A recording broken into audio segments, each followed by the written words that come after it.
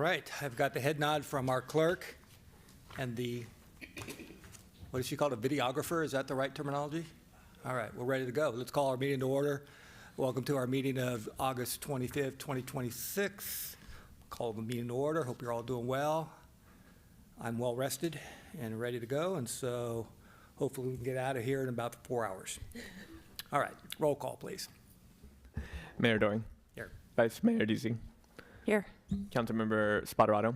Here. Councilmember Barrick. Here. Councilmember Diaz. Here. All right, we are all here. Welcome. Please join me in the Pledge of Allegiance.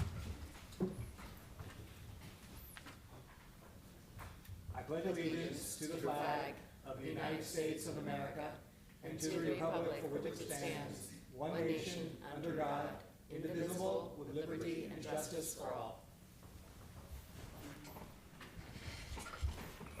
All right.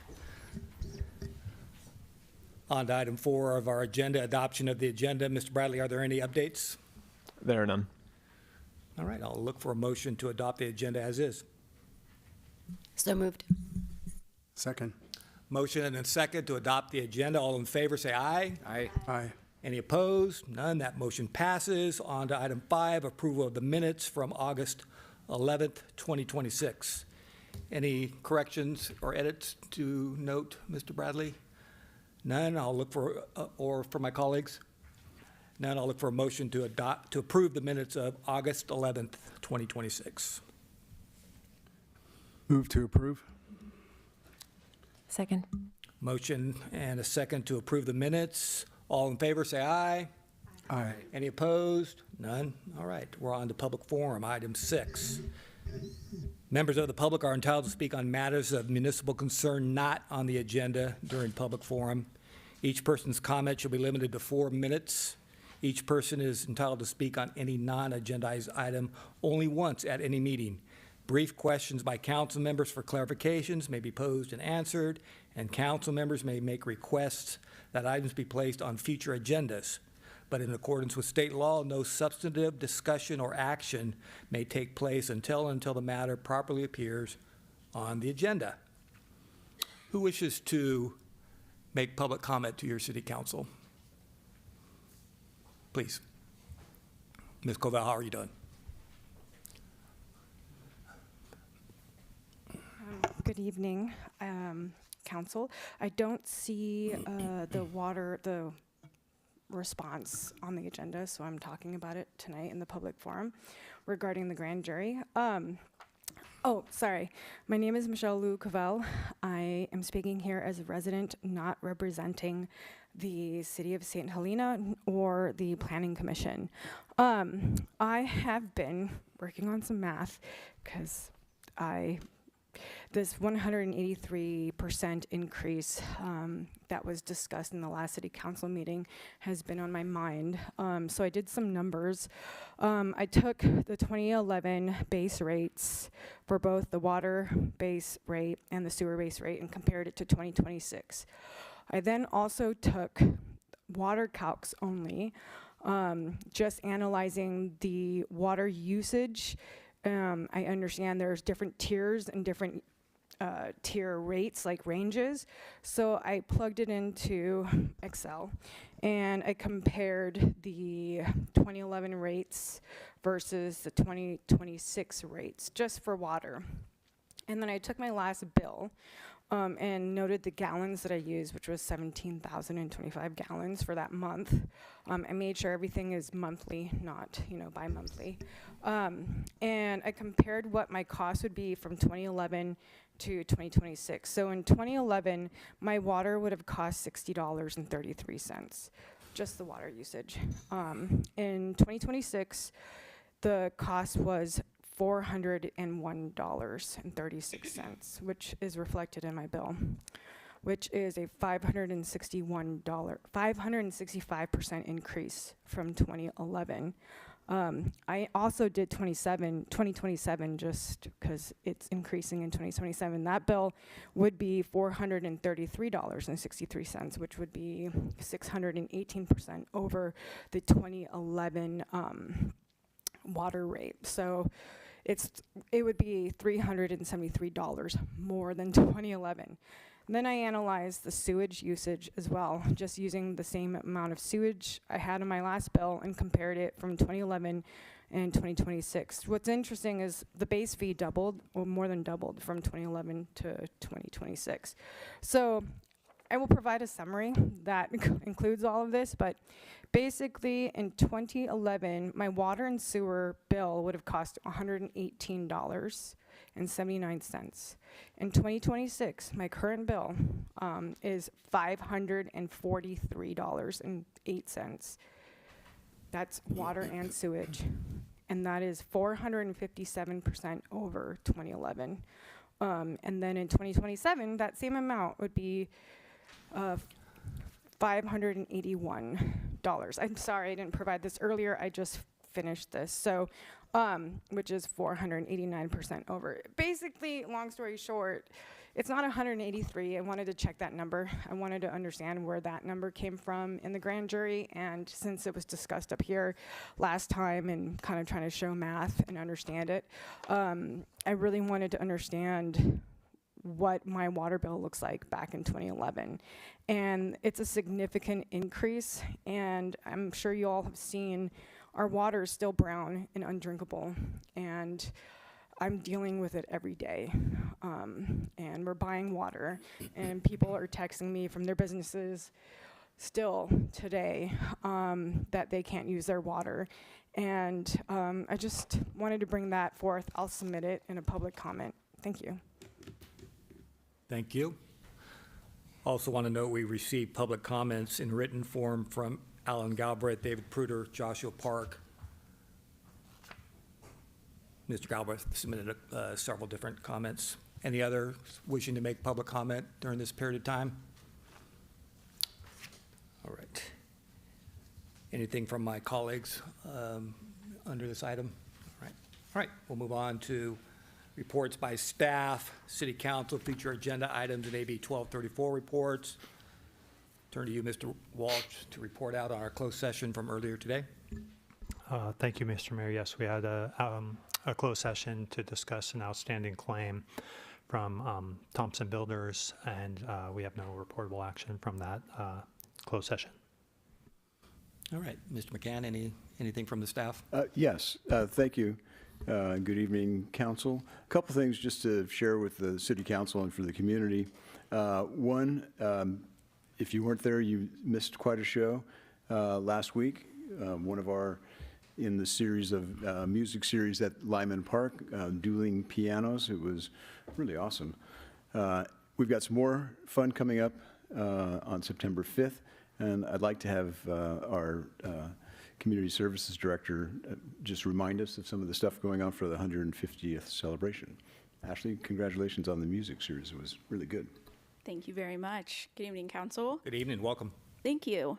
So September 5th, we have Cheers to 150 Years out on Library Lane and Adams Street. This is a community block party. It's going to have live music from Wonder Bread 5, local food and drink vendors. There'll be an interactive kid zone out there. I heard a fair fun slide's going to be out there. And we'll also be ending the night with a drone show. So that'll be all out on Adams Street and Library Lane, same place as Harvest Festival was last year and is going to be this year. But we hope everybody grabs their dancing boots. There'll be some line dancing as we say cheers to 150 years and continue the Sesquicentennial celebration. Thanks, guys. How many drones? There'll be roughly 200 drones in the sky. You need a permit for that in the city of St. Helena? We have the permits that we need for that and approval. All right, cool. That sounds like fun. Thank you. Yeah, thank you so much. Thanks. A couple of other things. One, just to remind folks that it's summertime and it's fire season. There's fires going all around the world. Yes, indeed. And in our neighborhood. It's quite common during fire season for areas that are affected by fires to reach out statewide and get resources, actually across the country, but statewide for sure. Our chief, John Sorensen, is very well respected in the fire community and is frequently asked to lead strike teams or to provide different assistance. That has occurred again this year. In fact, he's been out for a bit up in the Trinity Alps area on the Willow Creek fire. He'll be coming back to town later this week, which is great. And while he's been gone, Captain Solakian has been running the department, and things have been going fine.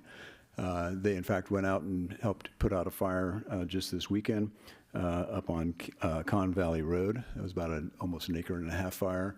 Anything that gets started up there can be quite dangerous heading up toward Angwin. Anyway, so fire season is alive and well, and our folks are participating both here in the valley as well as elsewhere to help our fellow Californians. So just for the folks in the community, just be aware that that's very dangerous times here.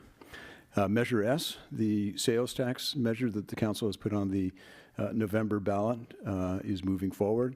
There'll be a virtual meeting, a Zoom meeting, wherein our Administrative Services Director and I will be responding to questions that are offered by the public.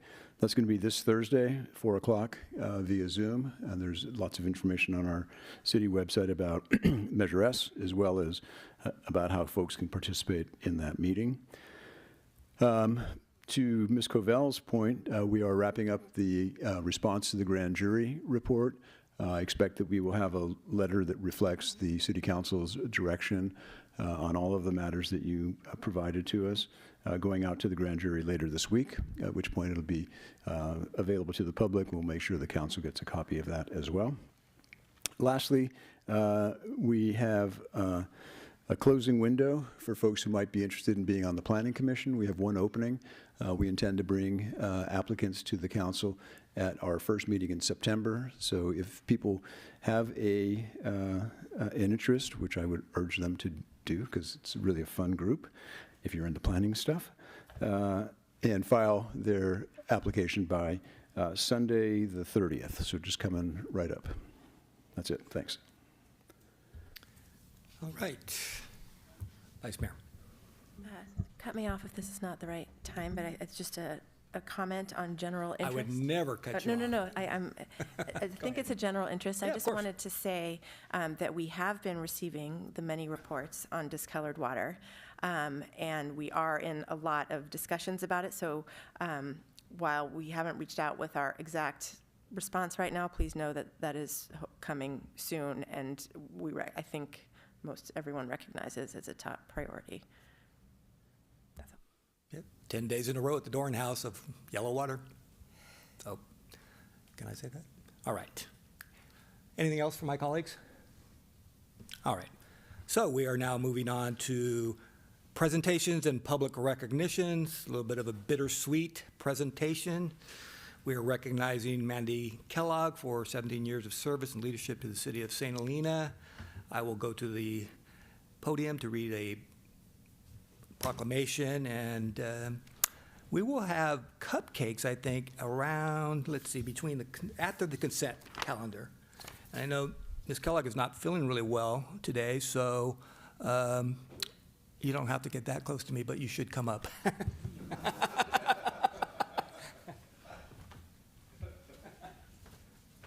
Or I'll put it that way, I won't get that close to you. Thank you. Let me read this. Great pleasure to read it, but as I said, bittersweet.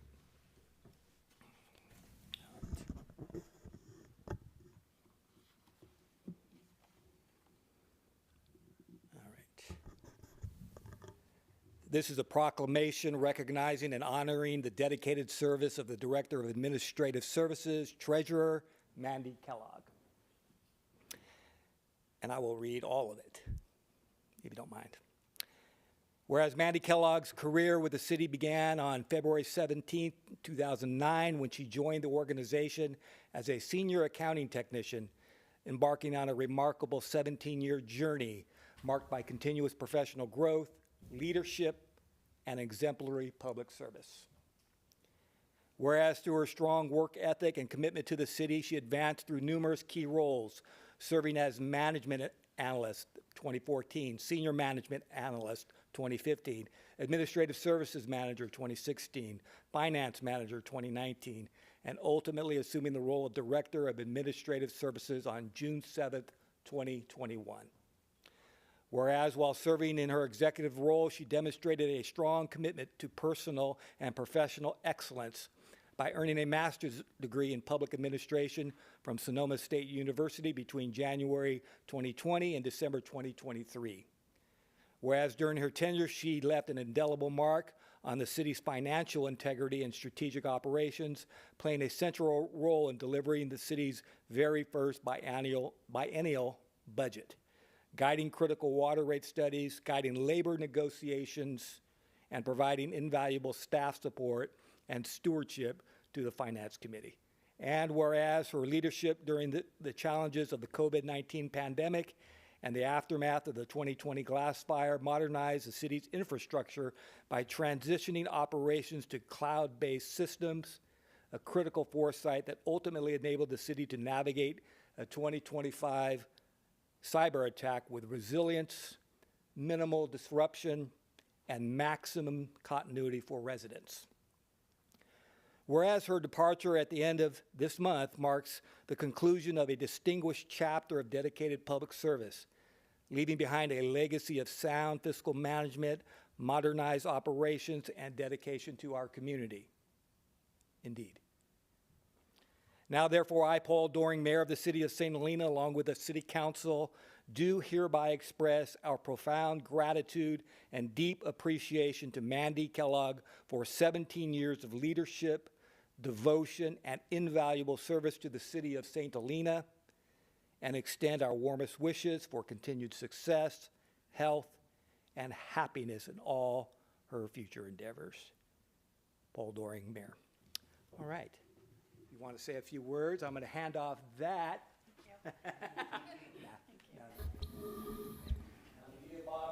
This is our own City of St. Helena special Turley wine, presented to Mandy Kellogg in recognition of your distinguished and outstanding service to the City of St. Helena from 2009 to 2026 with gratitude and best wishes.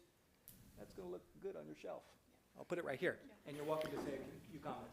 And Mr. Mayor, maybe before Mandy does speak, you could open that bottle of wine, I suppose, but I'd just like to say a couple things, Absolutely. if you don't mind. Please. Mandy, on behalf of the executive team, your colleagues, and in fact, all of the employees of the City of St. Helena, those folks who are working with us today and the people you've helped over your 17 years, I just want to say thank you. Mandy's been a very, very good colleague to all of us who have worked for the City of St. Helena. She's extremely professional, highly dedicated, very knowledgeable, skilled, and abundantly competent. Mandy knows St. Helena's budget, finances, and the organization at an outstanding level. No doubt she's the greatest single repository of data, both financial and organizational, in our city organization. We will all miss her very, very much, both personally and in her capacity as the one who knows the answers to all the questions that get asked. She and her staff have done a very, very good job over the years, particularly in recent years when, as the mayor said, there were many, many challenges. Beyond her very high financial competence and unwavering integrity, Mandy is nice. She's helpful. She's compassionate. She's fun. She's been a great mentor to many staff, both in her department and elsewhere in the organization. She's worn many hats and touched many people. She's an easy collaborator, and I've come to learn that she's a very good mom. She's been a top-notch colleague, and I really thank her for helping me over the last several months, and actually a few years ago as well. She's been excellent to work with, and I've really, really enjoyed working with Mandy. I wish her great success, and as the mayor said, much happiness in her next endeavors. Thank you for that excellent comments, and I would agree with everything. I think just the first thing that comes to mind is you are a true professional, always a professional, always approachable whenever I've had questions. And I really want you to know how much I value the friendship. You know, I've been around for a while too, not as long as you have, but a few fewer years. But I do appreciate you. You've been an extraordinary person here that we've all relied on, and you've been an extraordinary friend to me for sure, and I will always remember that. So now you have the mic. I'm not going to say too much because I'm a really ugly crier. So, but I am just so honored to have served this community for the past 17 years and just really value all the friends I've made over the course of that time and all the trust and respect that I've received from each of you. And so thank you. I'm really going to miss this place. Thank you. All right. Save some room for a cupcake, though.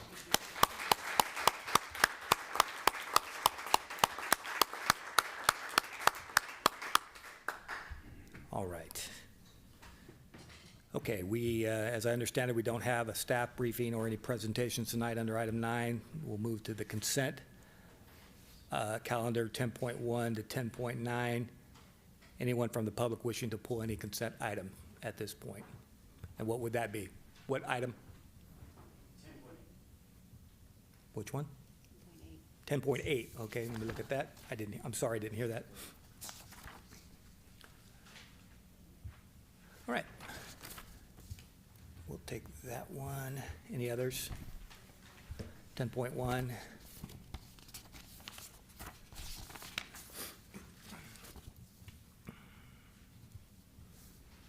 All right. Is there a motion on the balance of the consent agenda, the consent calendar, with the exception of 10.1 and 10.8? I'll make a motion. Is there a motion and a second? Second. And Mr. Mayor, if I can just add one thing. Yes. On one of the items we made, we omitted one little item, 10.5, the Italian Heritage Month. Yes. We'd also like authority to fly an Italian flag during the period at our library. All okay with that? All okay with that? Who's Italian here? All right, well, all right. I wish I was. Well, we got to satisfy the Italians on the council. That's okay. So there's a motion. Who made the second? Vice Mayor made the second. All in favor of adopting the consent calendar minus 10.1 and 10.8, say aye. Aye. Aye. Any opposed? Any abstain? None. All right, let's go to 10.1. This is consideration and adoption of resolution authorizing amendments, number 2, to the St. Helena contract with West Yost and Associates for the preparation of water management plan. I don't know if you have any specific questions that, or would you like a little bit of a report first? I don't need a report. right. I just, You have the floor. okay, thank you. Yeah, I so appreciate all the work that's been done on the water management plan, and we did talk about it in the Water and Wastewater Committee meeting, and I'm just not convinced that we need to put another, and I did speak with staff, another $93,000 toward it. My view is that we can spend the $30,000 or whatever's left on the contract and wrap it up. I think it will still be helpful, and I know we have a lot to work on, so I just did not want to vote yes on that one. All right. I want to note that we received public comment from Joshua Park and Michelle Cavell. Is there anyone else wishing to make public comment on item 10.1 other than what I've announced? All right, I'll close public comment and bring it back to the council. Any other thoughts or comments? Mr. Diaz. Yeah, I'll support this tonight, but I just want staff to consider building a hard cap on meeting attendance billing. We've seen this one escalate quite a bit in terms of the amount that we're paying for the contractor to attend the meeting. So if we can put it into the orders moving forward, set at signing, this way we can keep these curbed somewhat. I think there's probably a good discussion about how those meetings look and do they really need to be there all the time. But if we can start to address that in the future, that's going to be well received here. But other than that, I'll support it. So, Other comments? Councilmember Spataroto. Thank you, Mr. Mayor. I too am going to be supporting this this evening, but going forward, I would like, when we are looking at some organizational changes within the staff, looking at a way to make sure that this is going forward, we can avoid things like that. We have somebody specifically set to be on these certain kinds of projects, so we don't wind up with contractor problems and meeting issues. All right. Other comments? Mr. Barrett. I'd love to hear more from the vice mayor on why, what specifics are the concern, because I know she's really dug deep with the water committee. So I'd love to hear more color before I decide. Thank you. Well, and then maybe we can give Joe a chance to sort of, because I think we're in a little disagreement, so maybe counter it. But it's a report that I thought initially, like 2 weeks ago, I thought it was mandatory, but it's actually not a mandatory report for a town our size. We decided to do it.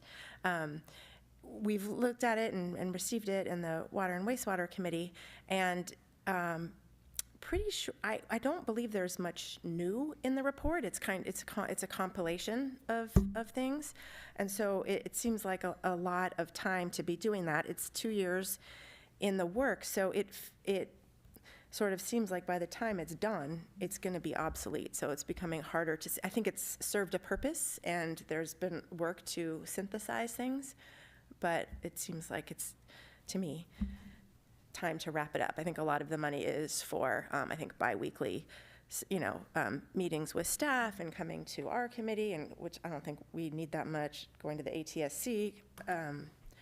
I just think it's time to wrap it up. Right. Mr. Leach. Yes, council member. Do you have a question that you'd like me to answer? Tell me why you support putting more money into this. So at this point. we've completed 5 chapters of a 9-chapter study. The remaining chapters are dealing with recycled water, which is pretty critical. Also implementation of a variety of alternatives and options, as well as financing. So those are some of the critical chapters remaining. And I think what we've discussed in the Water Wastewater Advisory Committee is utilizing this study for springboarding into financing options and alternatives, not just for these projects, but other projects, other capital projects. So again, it's not a mandatory study for similar to systems with 3,000 connections or more, where you have an urban water management plan that's a requirement. This is not, because we have less than 3,000, but it's a similar type of content to help us advance significant projects and funding for those. So I think we've had some conversation via email today about the nature of we can scale back some of the meetings, but I think there's value in the consultant providing chapter reviews to the Water Wastewater Advisory Committee as a first line of vetting that particular chapter before we bring.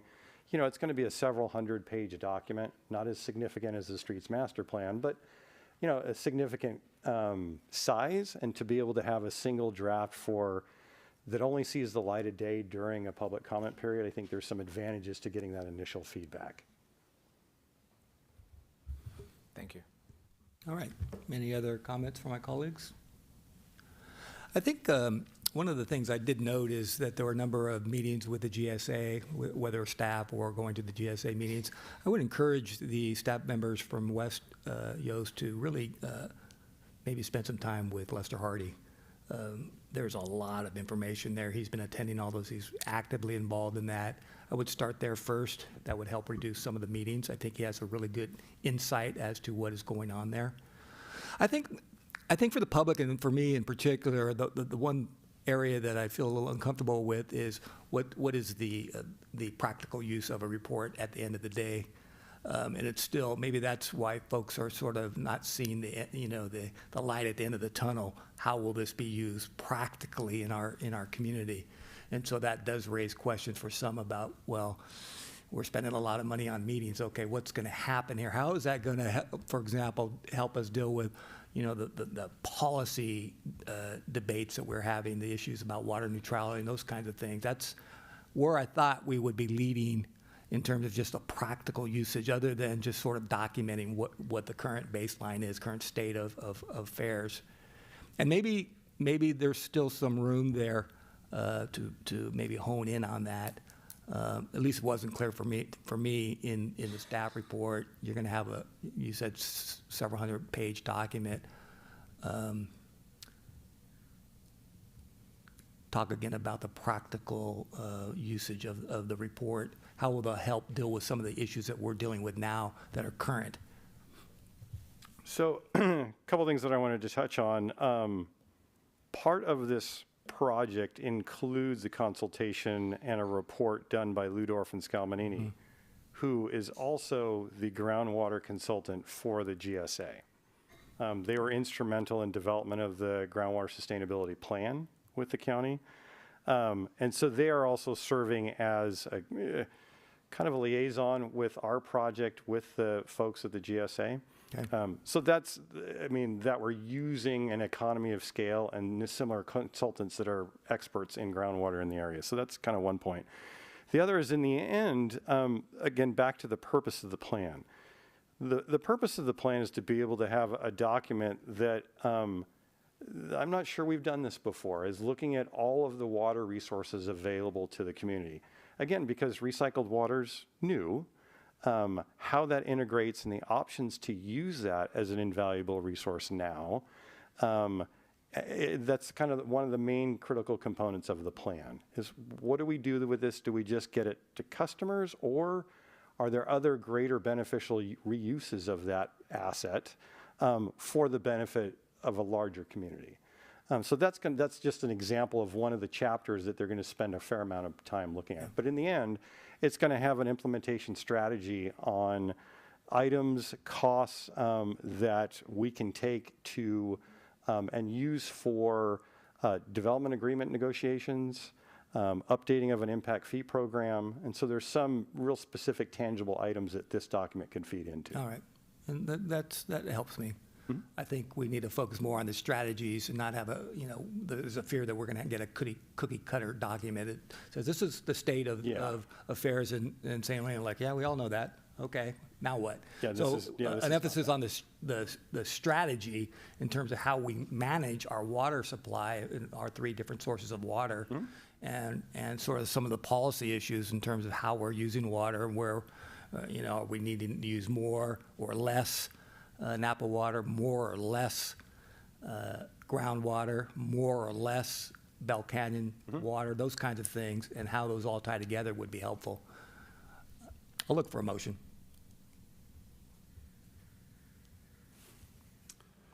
Motion to adopt. Second. And I do think Mr. Diaz raises a good point. I think we should sharpen the pencil as much as we can on those meetings. All right. Motion and a second by Ms. Patarotto, yes? Okay. All in favor, say aye. Aye. Any opposed? No. We have a no? No. All right. We have another no. Motion passes 3-2. All right. Now we are on to 10.8. And Mr. McCann, I'll let you introduce the item before we open for public comment. Great. Thank you. So this item relates to an assembly bill, AB 1383, which is moving its way through the State Assembly. It relates to a provision of the California Public Employees Retirement System and raises concerns to many cities throughout our state. The particular legislation would create some new formulas that would be available through PERS, so the Public Employee Retirement System, which leads to pensions for retired employees. These changes would be specific to members who are in the safety units, and safety includes police officers as well as firefighters. so it's that group of employees, not broadly to all employees. And this would roll back, change provisions of a wildly successful piece of legislation that is, I don't know, 10, 15 years old, PEPRA, which is the Pension Employees, PERS, I'm sorry, Public Employees Pension Reform Act of 2013. So PEPRA is really a milestone act in the world of pensions in California. Prior to PEPRA, there were a variety of pension formulas which were very generous and were seen to be financially very challenging for many communities. PEPRA rolled those back and eliminated a number, and then set out a whole new set of formulas for pension benefits for employees, not just safety employees, but all employees in California. And the purpose of PEPRA was really to address what was becoming at the time a real pension pending catastrophe with just tons of unfunded liability and pension contribution obligations to cities that were increasing double-digit every year and leading to very difficult decisions for city councils and really bringing financial sustainability to question for many communities, depending on the nature of the community. So PEPRA was very, very helpful. It reduced, it sort of leveled the pension world, still provides pensions, but reduced some of the very generous pensions that had been in place, made it easier for folks to deal with those things. AB 1383 would, as I mentioned, roll some of those back. It would establish new formulas for safety employees and would require, in some cases, some adjustment to existing formulas for some employees. But many of the things in the Assembly bill are not mandatory. They're not automatic. But they would open up the ability to negotiate through labor contracts and negotiation for more rich contracts. And so, as you know, sometimes there's a bit of a Me Too type of approach that occurs. And so if one agency has a formula that might be richer than another agency, there can be a tendency to want to track that, and it can become an issue through negotiation. And negotiation occurs in a discretionary fashion, but it does become a difficult setting when you've got agencies that have different formulas. So this is not any knock on our safety employees or any of our employees. In fact, we've got outstanding police and fire departments and really good staff. And so I think the concern that I and others have is that it is just, one, in my view, unnecessary, two, way too expensive for St. Helena, and in my view, way too expensive for just about every city in the state. We know where this goes. We've seen this before. PEPRA addressed it, and I think we should urge the legislature to retain PEPRA and reject this, which is why the League of California Cities recommends that we discuss the item, and why I think it's important to bring it to you and present the letter, which we urge that the mayor, or not the mayor, the governor vetoes the matter if it gets through the legislature. We're also urging the legislature to not support the matter. So with that, be happy to answer questions. If you have particular questions about what it might mean for us, it's kind of difficult for us to say. We've done some number crunching. I'm sure Mandy could give us a ballpark, but it would really just be that, because there's many, many things that go into play here. And the legislation's not set yet. All right, let me open it for public comment.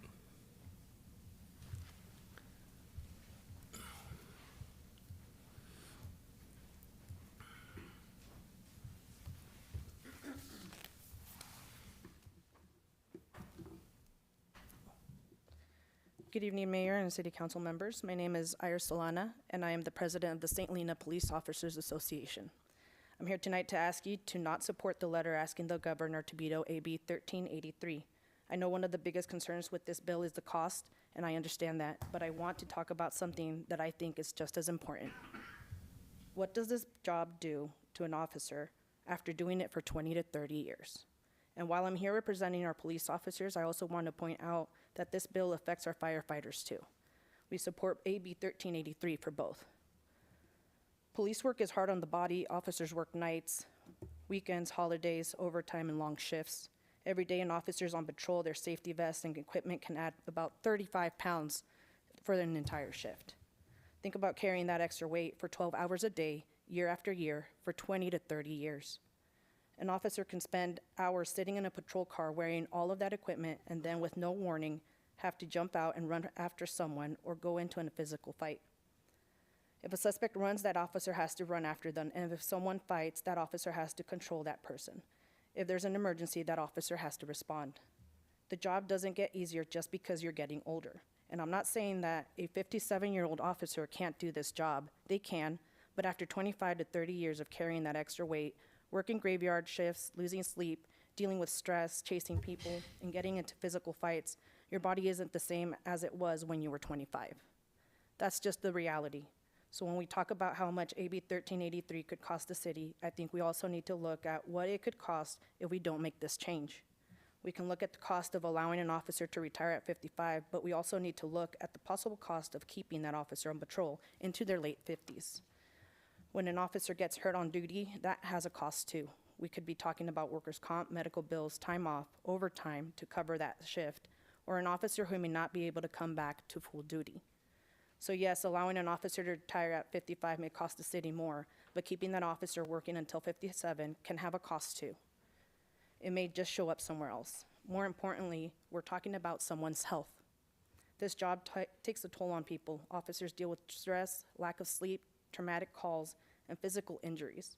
Some officers don't even make it to retirement, and the officers who do should have the chance to actually enjoy it. That's why 55 versus 57 matters. It doesn't mean every officer has to retire at 55. It means they have the choice. If someone has already given 25 to 30 years of their life to this profession, I don't think giving them the option to retire at 55 is unreasonable. At the end of the day, I just ask that you look beyond the number on the financial report. Think about what those extra 2 years mean. 2 more years of nights, weekends, holidays away from family. 2 more years of carrying that 35-pound of equipment every shift. 2 more years of stress. 2 more years where if somebody runs, that officer still has to run after them. And 2 more years of putting their body at risk getting hurt. That's the reality of this job. On behalf of the St. Helena Police Officers Association, I'm asking you not to send a letter asking the governor to veto AB 1383. I'm asking you to support giving officers who have spent their careers serving this community the choice to retire at 55. And while I stand here representing our police officers, we also stand with our firefighters and support this bill for them as well. Thank you. Thank you.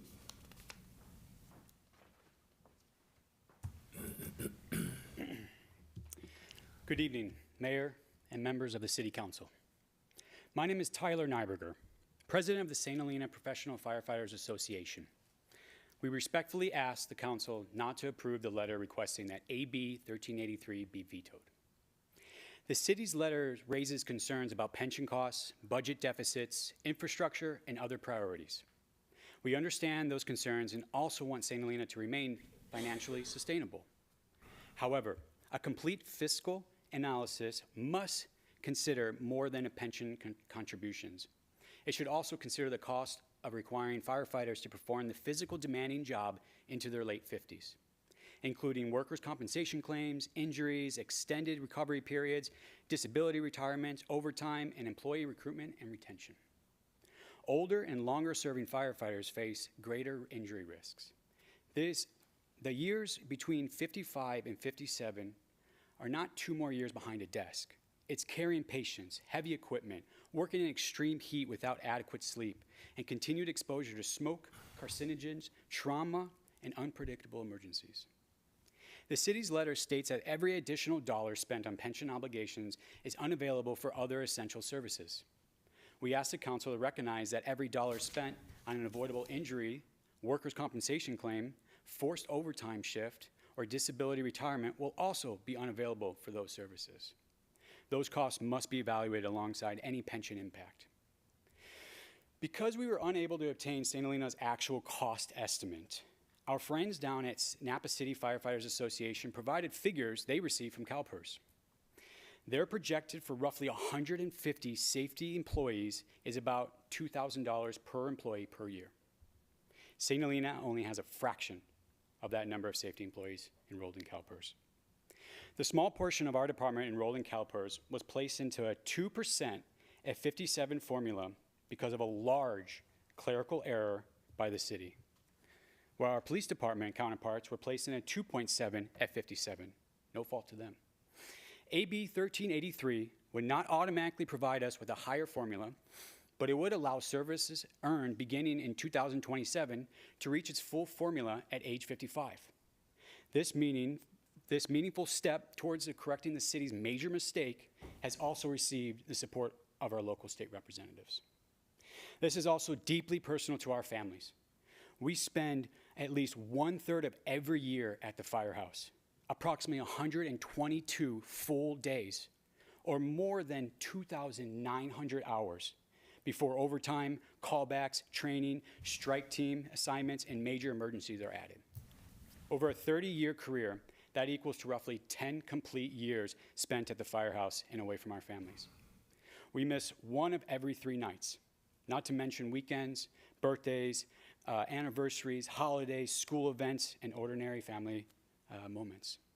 Working from age 55 to 57 means approximately another 243 full days, or nearly 5,850 hours away from our families. The city's letter characterizes this legislation as supporting a single interest. Respectfully, St. Helena's firefighters are not simply a special interest. We protect this community around the clock, and in our health, retention, family stability, and ability to retire with dignity directly affect the public safety services St. Helena relies on. Fiscal responsibility and fair treatment do not have to be opposing goals. On behalf of the St. Helena Professional Firefighters Association, we respectfully ask that the council not approve the letter to request that AB 1383 be vetoed. Before taking a final position, we strongly encourage the council to obtain St. Helena's actual projected costs directly from CalPERS, and this decision should be based on verified actual local numbers and a complete actuarial of financial and human costs, not general assumptions. Thank you for your time and consideration. Thank you.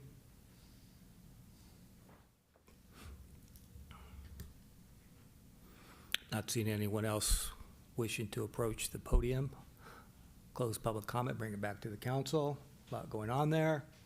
Anyone want to weigh in on this or start a conversation?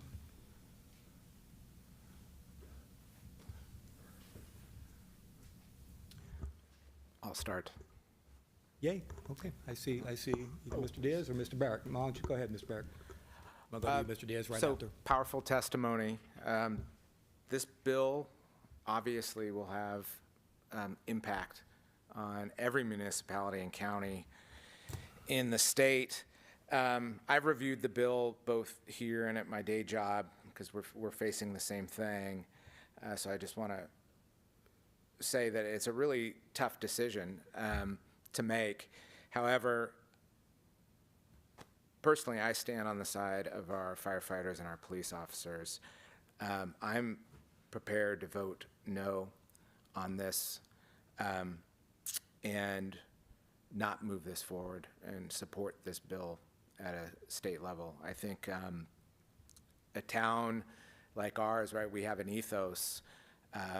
In the same way, healthcare, we believe in certain things here, family, healthcare, I think healthcare for all. We believe in protecting our town and taking care of those who serve the city. I think this falls squarely in line with those ethos, and it's easy to talk about it, but it's another thing to vote that way, and I'm prepared to do so. All right, others wishing to comment, Mr. Diaz? Yes, thank you, Mr. Mayor. So I'm getting, great testimony. I think really what I need to hear is the actual cost, because for me, if this is not material for a small town, then it's a different discussion. But not having those numbers right now makes it very difficult. I know we received some here, but if there's a way to, I don't know what the timing is on this, but if there's a way to get that information and revisit this, I don't know if that's a possibility or not. That would help me understand how much this is going to impact the city and our finances. If it truly is only $2,000 per employee per year, I think that's something to look at. But I'm kind of in the same boat. I support our public safety workers, and if this is not material, then we need to know that. All right. Vice Mayor or Ms. Spadaro, any other comments? All right, here we are. Let's test it with a motion. That's how you usually test things, with a motion. I'm looking straight ahead. I will make a motion. How do you make, no, go ahead. Do you want to say something? I just want to add a little bit, if I may. Yeah, A little bit. great. We're already beyond, we're past time, so keep it brief. Yes, Sure. go ahead. Yeah. So there are, just to note that there are costs that are unknown, but there are potential costs through the legislation that are kind of twofold. One is the very minor minimum cost that I think folks are talking about, which is an adjustment. The more significant is the exposure to bringing back formulas that go forward. And so the legislation brings those back, and they don't implement them, but they make them available for negotiation. Today and since 2013, they've not been available because the legislature found that they were financially challenging, and they repealed those. And so the matter that is the easy part, going from 57 to 55, that's one point. It's the other aspects of the bill that are just really untenable from a financial standpoint for cities to consider. If the legislation was changed to address, components, that's a different thing. That's not what this legislation does. That's not how it's approached, and that's why we oppose it. The matter of supporting, compensating, respecting folks involved in different aspects of work, there's no doubt about that. There's other ways to do that. In my view, this legislation is not the way to do it. All right. With that, I would like to make a motion to send the letter. How do I say that?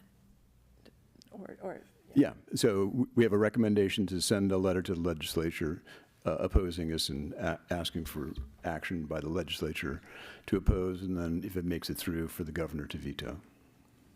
All right, is there a second? Second. Okay, there's a motion and a second. Any further comment or discussion? Of course. Now's the time. Thank you. My comment would be that I like what our city manager had mentioned about how we don't necessarily need to have this bill in order to help the police officer and fire department in certain ways, because there is more to this bill than just what meets the eye. So I think we're recognizing how much we appreciate our firefighters and our police department, but we want to do what's right by them, that's also right by our town, and not necessarily what's put into this bill. Thank you for that. Any other comments? I'd just say that, this bill has been revised already in session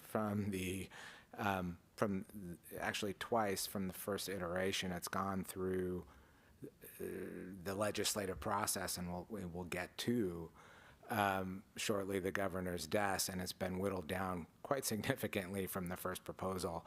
So we might not be looking at things eye to eye there.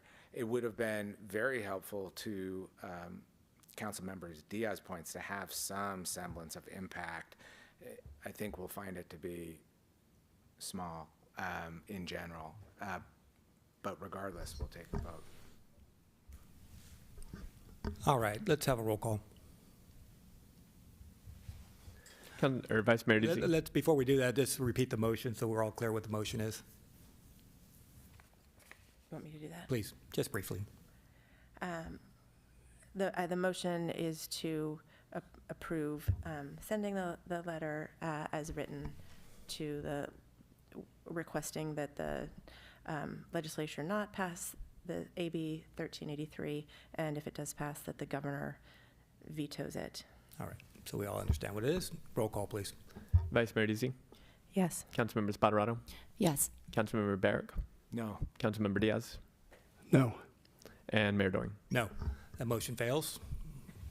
All right, we'll move on. We have cupcake time, correct? You were going to remind me, cupcake time. All right, we're going to take a brief break, and we're going to celebrate a little bit, open up that bottle of wine and eat some cupcakes, maybe not open up the bottle of wine. We'll look at the bottle of wine.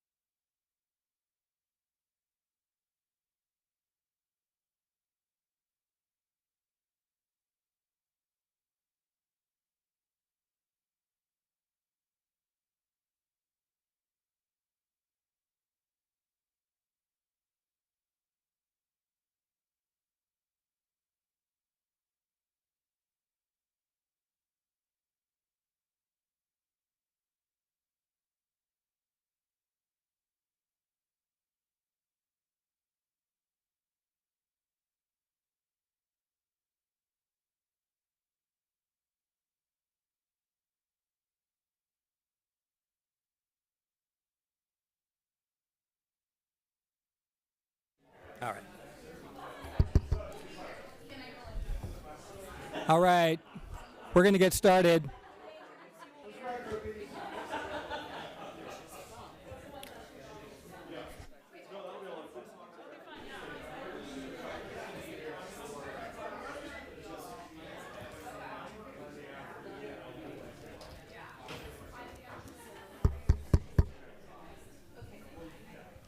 All right, we're going to reconvene.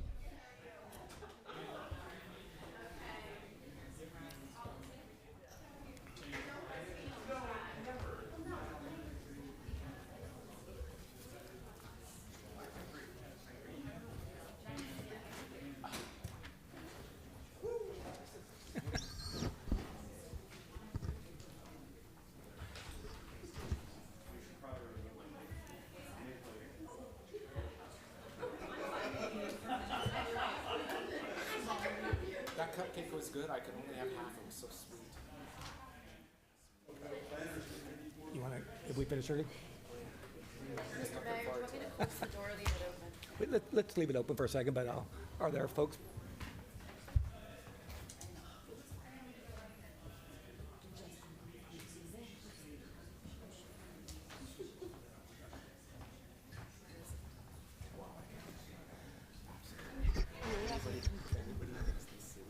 All right, we're back on the agenda. We're going to do our public hearings now.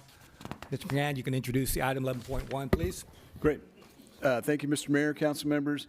This is a public hearing on an ordinance, or three ordinances actually. One that would modify provisions of our zoning code regarding accessory dwelling units, and then amendments to other sections of the municipal code regarding water and wastewater service. There's been a lot of discussion around this. Accessory dwelling units are quite popular in St. Helena, and they serve a whole variety of purposes in town. There's been a lot of discussion over the years about how to improve our regulations so that they are more specific to conditions in St. Helena, and that they are responsive to needs of our community and ideas that our design community comes up with to address things. So things evolve. We've also had a number of changes in state law, which change regulations. And so there have been a number of changes that have happened to these provisions over the years. And in the recent, I don't know, year and a half or so, there's been a ton of conversation between planners and folks in the community about how to improve things in our regulatory world. So Lisa and Jackie have done a very good job of listening to folks and making changes, and they're going to explain what they have come up with. The Planning Commission has had several hearings and listened to folks too, and so that's been a very constructive and collaborative effort. And then Mario is involved on the other side of things, and that's in the water and wastewater world. And so there are some provisions that today are a little bit complicated. We're trying to make them less complicated, and there's some provisions that are, I don't know, strict, and we're trying to make them maybe a little more flexible. So I think you'll hear about all that in a sec. All right. I see we have a presentation that should go about 4 minutes. I'll do my best. Thank you, Mr. Mayor. Oh, I thought you were leaving that behind, Mandy. All right. All right, go ahead. Thank you, Mr. Jackie. Mayor, and good evening, members of the City Council. Tonight, staff is presenting a coordinated package of ordinance amendments addressing accessory dwelling units, junior accessory dwelling units, also known as ADUs and JADUs, and related water and sewer utility requirements. As we navigate through the presentation tonight, I'll begin with the ADU ordinance amendments and the policy choices that are before the council, and then I will turn the presentation over to Mr. Mario Traverso from Public Works to discuss the utility amendments. Next slide, please.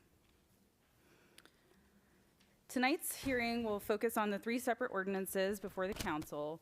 One is addressing ADUs and JADUs, one is addressing water service laterals, and one is addressing sewer laterals. For the ADU ordinance, staff would like to highlight two policy choices for the council's consideration.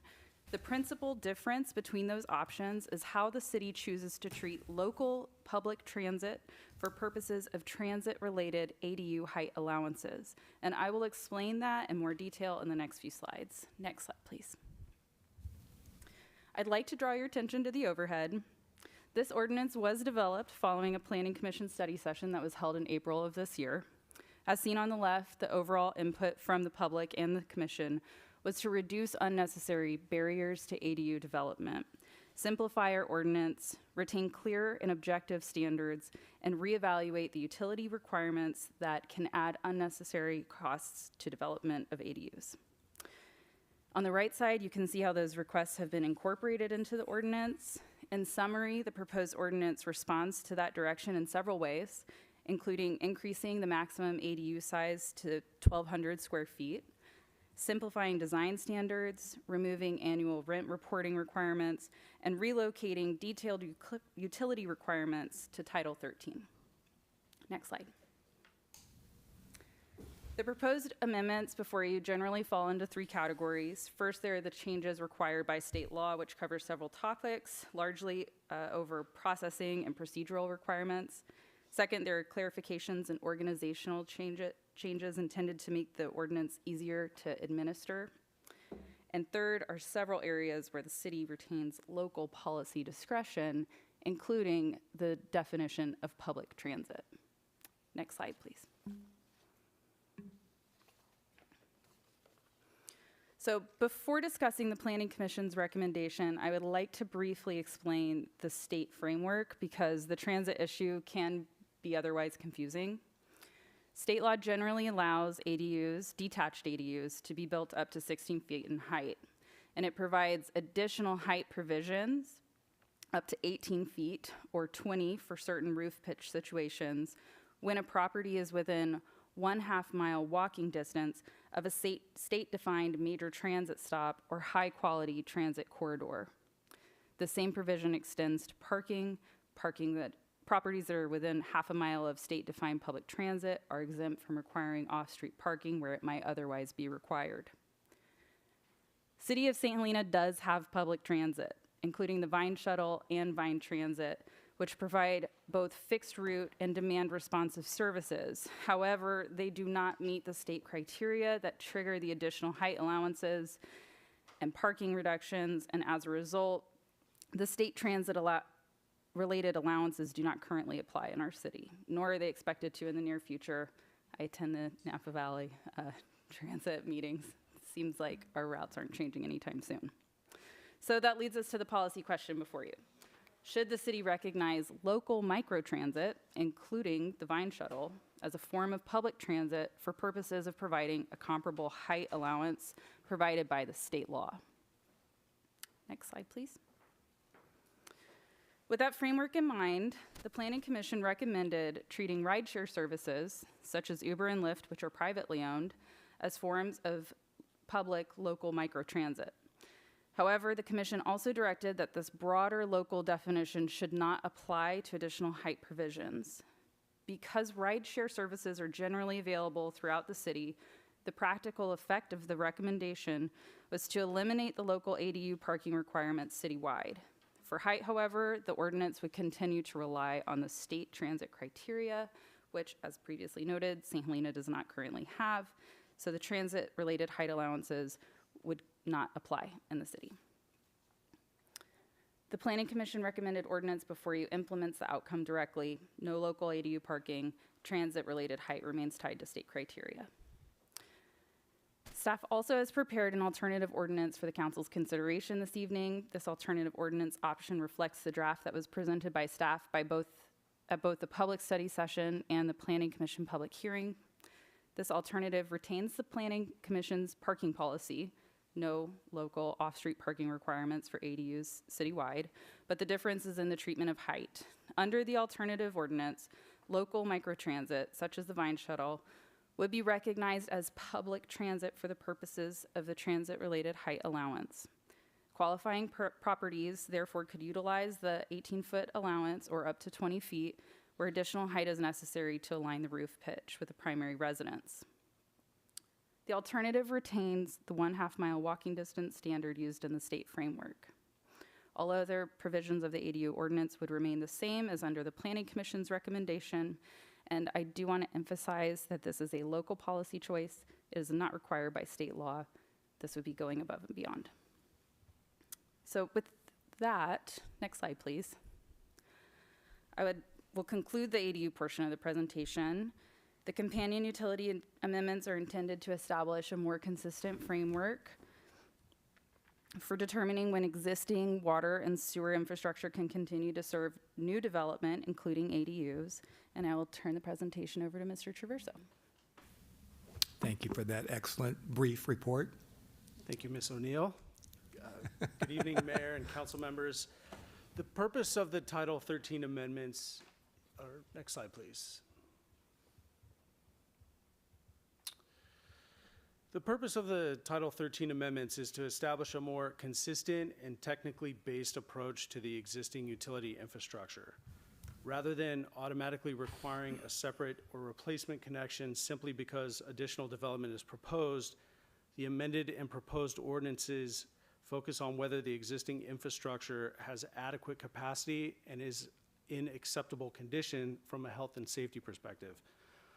Ultimately, if the respective systems are adequate, they can continue to be used for additional development.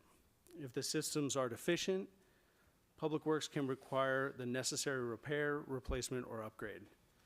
This is an updated approach to address utilities for citywide development rather than just for ADUs, and creates a more effective, efficient, and equitable process and set of standards across the city. Next slide, previous slide, sorry. Regarding water service, the ordinance establishes circumstances that trigger review of the existing water service, including substantial development, major remodels, projects exceeding the specified construction cost threshold, and expansion of a property's functional use. The evaluation looks at the existing service and meter size, available pressure, existing and proposed demand, applicable fire flow or sprinkler demand, and the material and condition of the service. Again, if the existing system is adequate, the applicant can move forward without additional improvements. The intent is to require the infrastructure that is actually necessary to serve the project rather than automatically requiring a new or additional service connection. Next slide, please. Regarding sewer service, the amendment follows the same general approach, but the evaluation is based on the physical condition of the sewer lateral. When one of the triggering development activities occurs, the applicant provides a video inspection and condition report to determine if the existing lateral is sufficient, including a review of its diameter, material, connection to the public sewer, and whether there are cracks, offsets, root intrusion, or other deficiencies with the infrastructure. If the existing lateral meets the standards, it can continue to serve the property.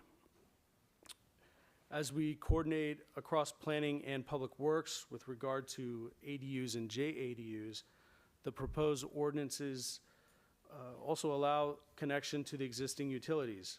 Again, to bring this full circle, the purpose is to use adequate existing infrastructure where possible while correcting deficiencies where necessary. And with that, I'll turn it back to Ms. O'Neill for the recommended actions. Thank you. So to reiterate, 3 separate ordinance actions before the council this evening. For the ADU ordinance, staff is asking council to select either the Planning Commission recommended ordinance or the local microtransit alternative presented this evening. Council is also being asked to introduce the water service lateral ordinance and the sewer lateral ordinance. And staff recommends introduction of these ordinances with second readings tentatively scheduled for September 8th. Next slide, please. So that concludes staff's presentation. Mario, Director Mikhail, and I are available for questions. We can walk through any of the ordinance options or the utility standards in more details if that's helpful. Also happy to bring back the recommendation slide if the council desires to take an action this evening. Thank you. All And right. Through the mayor, Lisa Mikhail. Yes, please. Director of Community Development. I just want to highlight that there were a few public comments that were submitted and they were available online, generally in support, and some of them were requesting just some minor clarification. All right, we had received comment from Josh DeBoer. I'll follow up on some of his questions. Mary Stevenson, she did a great advertisement for a lender program here in the Napa Valley. I thought that was great. Ryan O'Connell, Michelle Cavell. I'm really struggling with this microtransit concept because I can see, I guess the basic fundamental question is a half mile from what? If you have a demand shuttle. I'm not really following that. Are you talking about a hub where a shuttle picks up folks? Where is this half mile to? From where to where? I'm not following that part. Yeah, absolutely. Please. So if you would like to, can you please go back to slide number 7? So highlighted here on the right, this is the service area for the Vine Shuttle, which is by and large the majority of the city. So it would be a half-mile walking distance to anywhere that the Vine Shuttle serves, or half-mile walking distance to Vine Transit, which primarily goes along 29. So anywhere the fixed route or door-to-door shuttle, we would be expanding this to most of the city. All right, that sort of swallows the rule. I think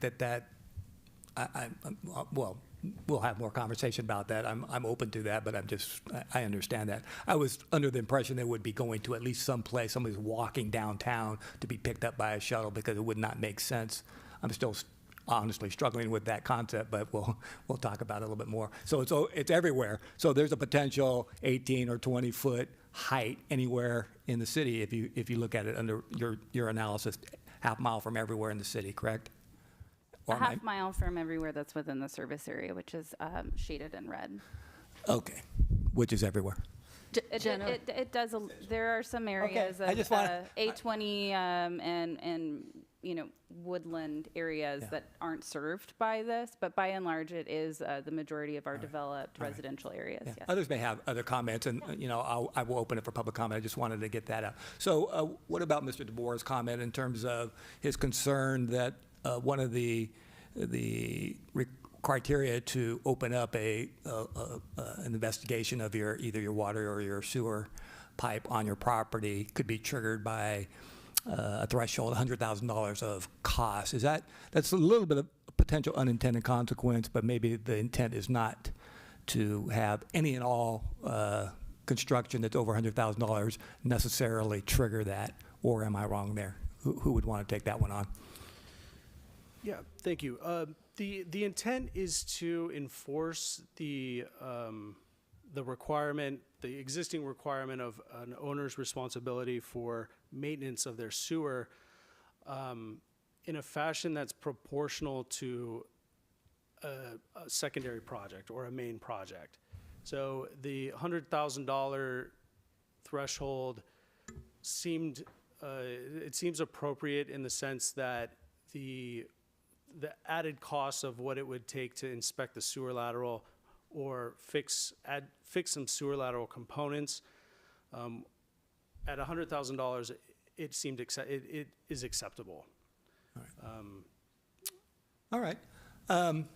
Do you know offhand roughly what the costs are, all the costs taken together for an inspection and without even the repairs, just getting to that point of doing the CCTV and those kinds of things roughly, and a report by a local engineering company probably, I don't know who would do that, but roughly what cost are we talking about? Is that $5,000, $2,000, $10,000? Yeah, I can imagine the actual investigation, the TVing and the report could be under $1,000. Okay. In most cases, maybe in the $400 range. Okay. Repairs can be anywhere from $1,000 to a few thousand. Significant repairs could be $5,000. A whole new sewer lateral connecting to the street could be in the $10,000 to $25,000 range. All right. By the way, if I neglected to say so already, excellent work by the staff in a really kind of a timely period. And I actually like the way you've structured the different elements of our code with Chapter 13, Chapter 17, and having that coordination and not having so much language where it gets almost daunting and confusing and going back and forth. That's excellent work. I'm very supportive of it. I just had a couple questions on those minor issues. But other questions before I open it to public comment? Clarifying questions. Maybe mine weren't clarifying, but maybe they were. Hopefully they clarified things for others. But yeah, Ms. Patarotto. So my clarifying question would be regarding the roof line. So if you were to say all these homes in that shaded area within the city of St. Helena, the ADU roof line could never, though, encroach over the roof line of the main house, correct? Or are you saying it can go up to 18, 20 feet regardless? The ordinance doesn't speak to limiting the height of an ADU not to exceed the height of the primary residence. The additional 20 feet is if it is needed to align the ADU roof pitch with a primary residence. Ostensibly, I suppose you could have a situation where an ADU could be taller than a primary residence. And through the mayor, at the pleasure of Please. the city council, if you so chose to add language that would ensure that an ADU's ridge does not exceed the primary in any case, we can certainly add that. All right. Let me take a moment to open public comment. And as I said, we've received a fair amount of really good public comment, but others wishing to comment now, there may be more questions on some of the comments that have come already. Mr. DeVore. Knew you were going to talk, and you sat the furthest away from the podium. Well, I sat by the cupcakes. Okay, well, that's important. That's important. Thank you, Mr. Mayor, Council. Good evening. Yeah, I did email one concern about just the dollar threshold on the sewer lateral, because there doesn't appear to be any nexus between replacing your sewer and a random $100,000 project that might have nothing at all to do with water or wastewater, right? And so that seems problematic to me, just as a matter of law, right? I mean, there's got to be some nexus between the condition that's imposed and the requirement to inspect your sewer.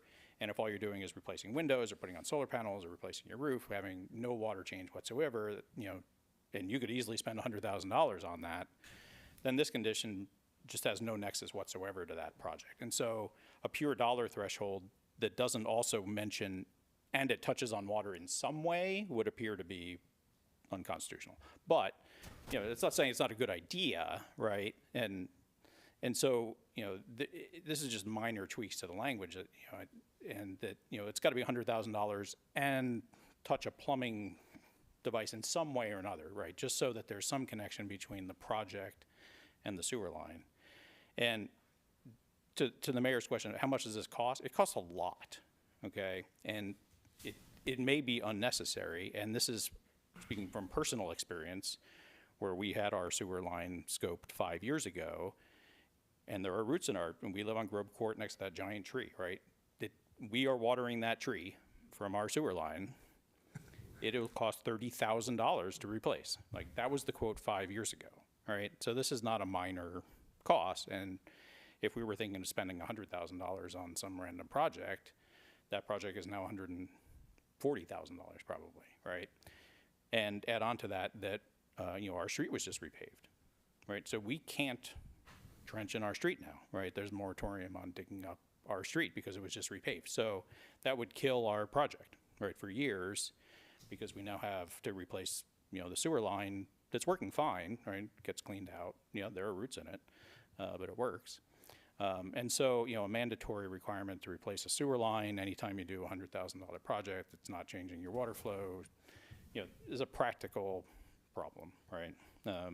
And so, and since I've got a minute and 30 seconds left, I do want to talk just a little bit about the ADU. I think it's just a minute, according to Mr. Bradley. I'm looking at him, but keep going. Okay, but in any event, the microtransit notion that, the entire town is now within half a mile of a transit center, and therefore you can have, let's call it what this is, right? You can have an 18-foot tall pool house 4 feet from your fence up to 1,200 square feet, right? And my reading of the resolution is actually eliminates the minimum bedroom requirement, right? So you don't even have to have a bedroom, and you don't have to have a parking space. So this is the Pool House Facilitization Bill of 2026. And so, look, if that's what we want, great. But we should just call an ADU a pool house if that's what it is that we want to let people build. And if you want to let people go up to 18 feet, 4 feet from your fence line, that's what this bill does. So, thank you. All right, thank you. I call it my retirement house.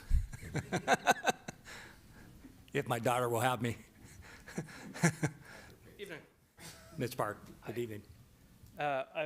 He stole my first comment, which was around the monetary trigger. I think in general, codifying a monetary trigger is tricky because what happens 10 years from now, 20 years from now, when money is less valuable?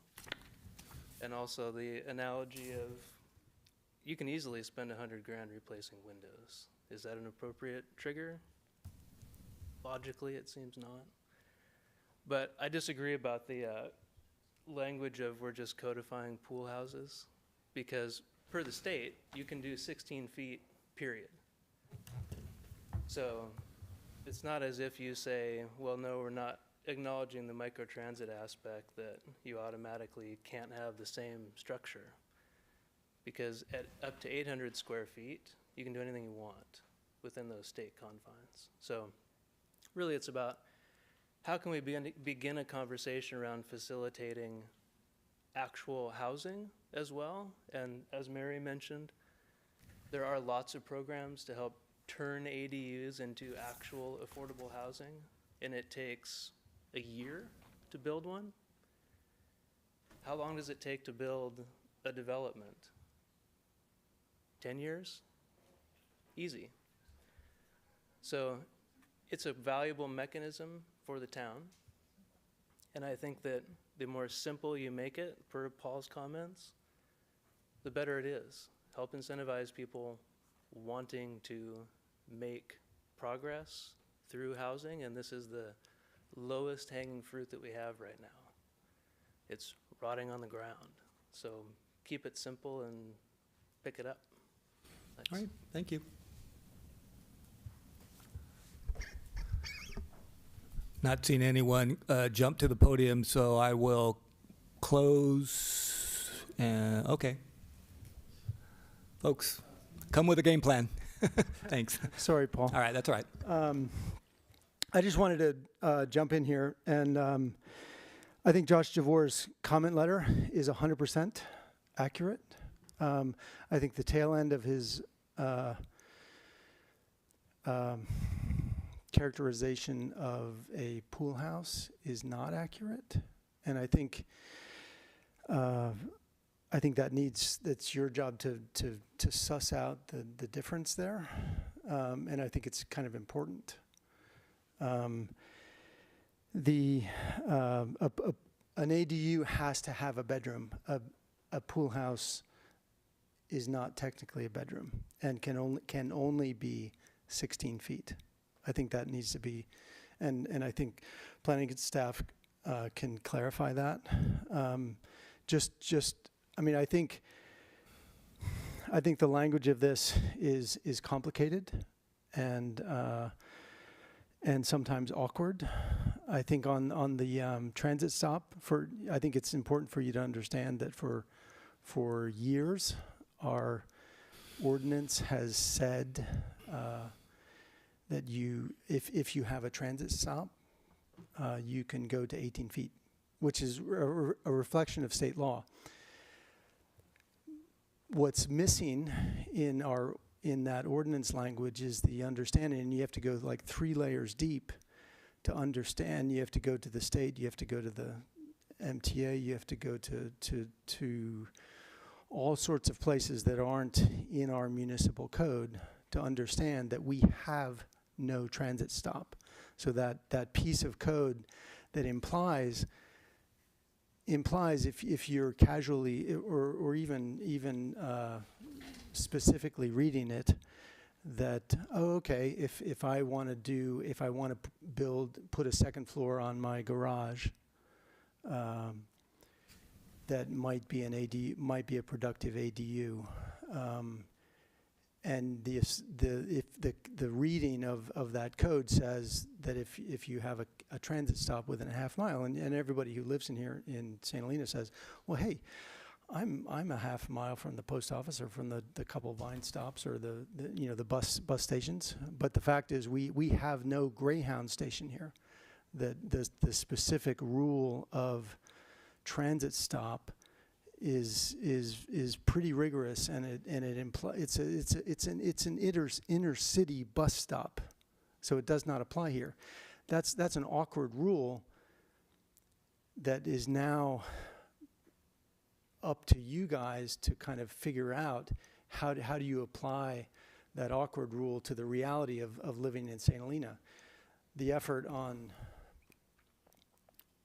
some of the comments and staff here is to kind of nuance that to apply to the actual condition of St. Helena, where we have the Vine service that is quite flexible, and we also have Uber and Lyft and different sorts of things. And I'm not suggesting how you come to that conclusion, but I don't think it's acceptable to not consider the complication and discuss it and come up with a path.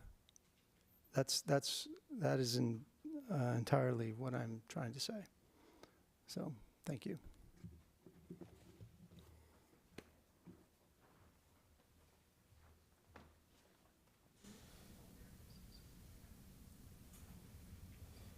Mary Stevenson. I am up here mostly to compliment the staff, to Lisa and Jackie and Mario for doing an excellent job of presenting what could have been a very complex issue in a very clear way. I urge you to adopt the staff's recommendation regarding the height limit. I can't quite figure out how a traffic stop has anything to do with a height limit.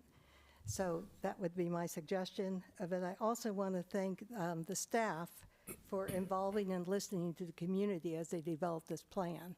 There was a lot of input because the housing advocates think that this could be a very viable way to provide more rental housing in St. Helena and that could be done quickly, could not involve city staff or city dollars, and could really help the community. And just to give you a few examples of how this works, I've had 4 people come up to me recently. 2 of them have recently widowed parents, and they want to bring them to St. Helena, and they want to make a place for them to live. And both of those situations, they would qualify for the county program to get help in building those ADUs for these seniors. There's also 1 ADU that's been built on the county program to date. And as I understand it, the person that they're renting this ADU to is a local postal worker, the guy with the bird on his shoulder. And he can walk to work now. So the homeowner's getting rent. The guy has a decent place to live where he can walk to work. And we have a post office worker living in town. So this could be a win-win-win situation for the homeowners, for renters, and for the city and these guys have already done all the hard work. So there's really not once this is done, it will not be a difficult thing to manage. And just one other point, when you think about what this could do for rentals, you think, well, it's not that big a deal. I mean, how many ADUs are going to be rented out in St. Helena? Well, if there were 5 a year, for the next 4 years, 5 units that were built and rented out for the next 4 years, that's 20 units in 5 years. It took a decade to build 8 units for Brinkle Court. It took 7 years to build 10 units on Pope Street. This is something that the city can do with very little effort and basically no money. So I urge you to do it. And thanks again, staff. You did a great job. Thank you.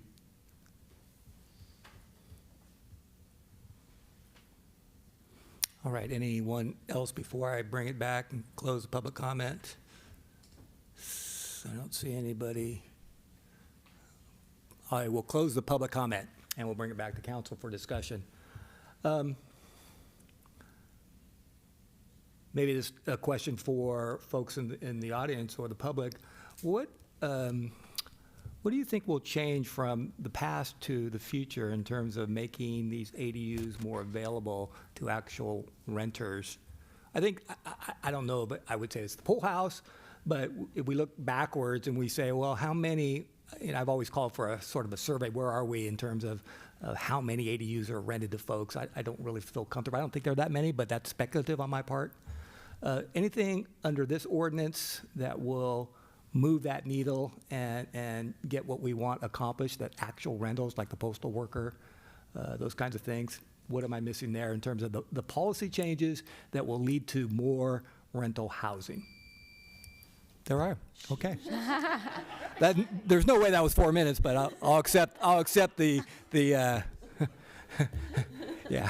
Thank you, Mr. Mayor. Lisa Folks want to get me out of here right away. Go ahead. Sure, thank you. Lisa Mikhail. There's no requirement to have a unit that's an ADU be rented, nor at an affordable level, but certainly there's arguments that if there's more housing, the availability of there being more housing, that's typically around 1,200 square feet, it's going to naturally be more affordable.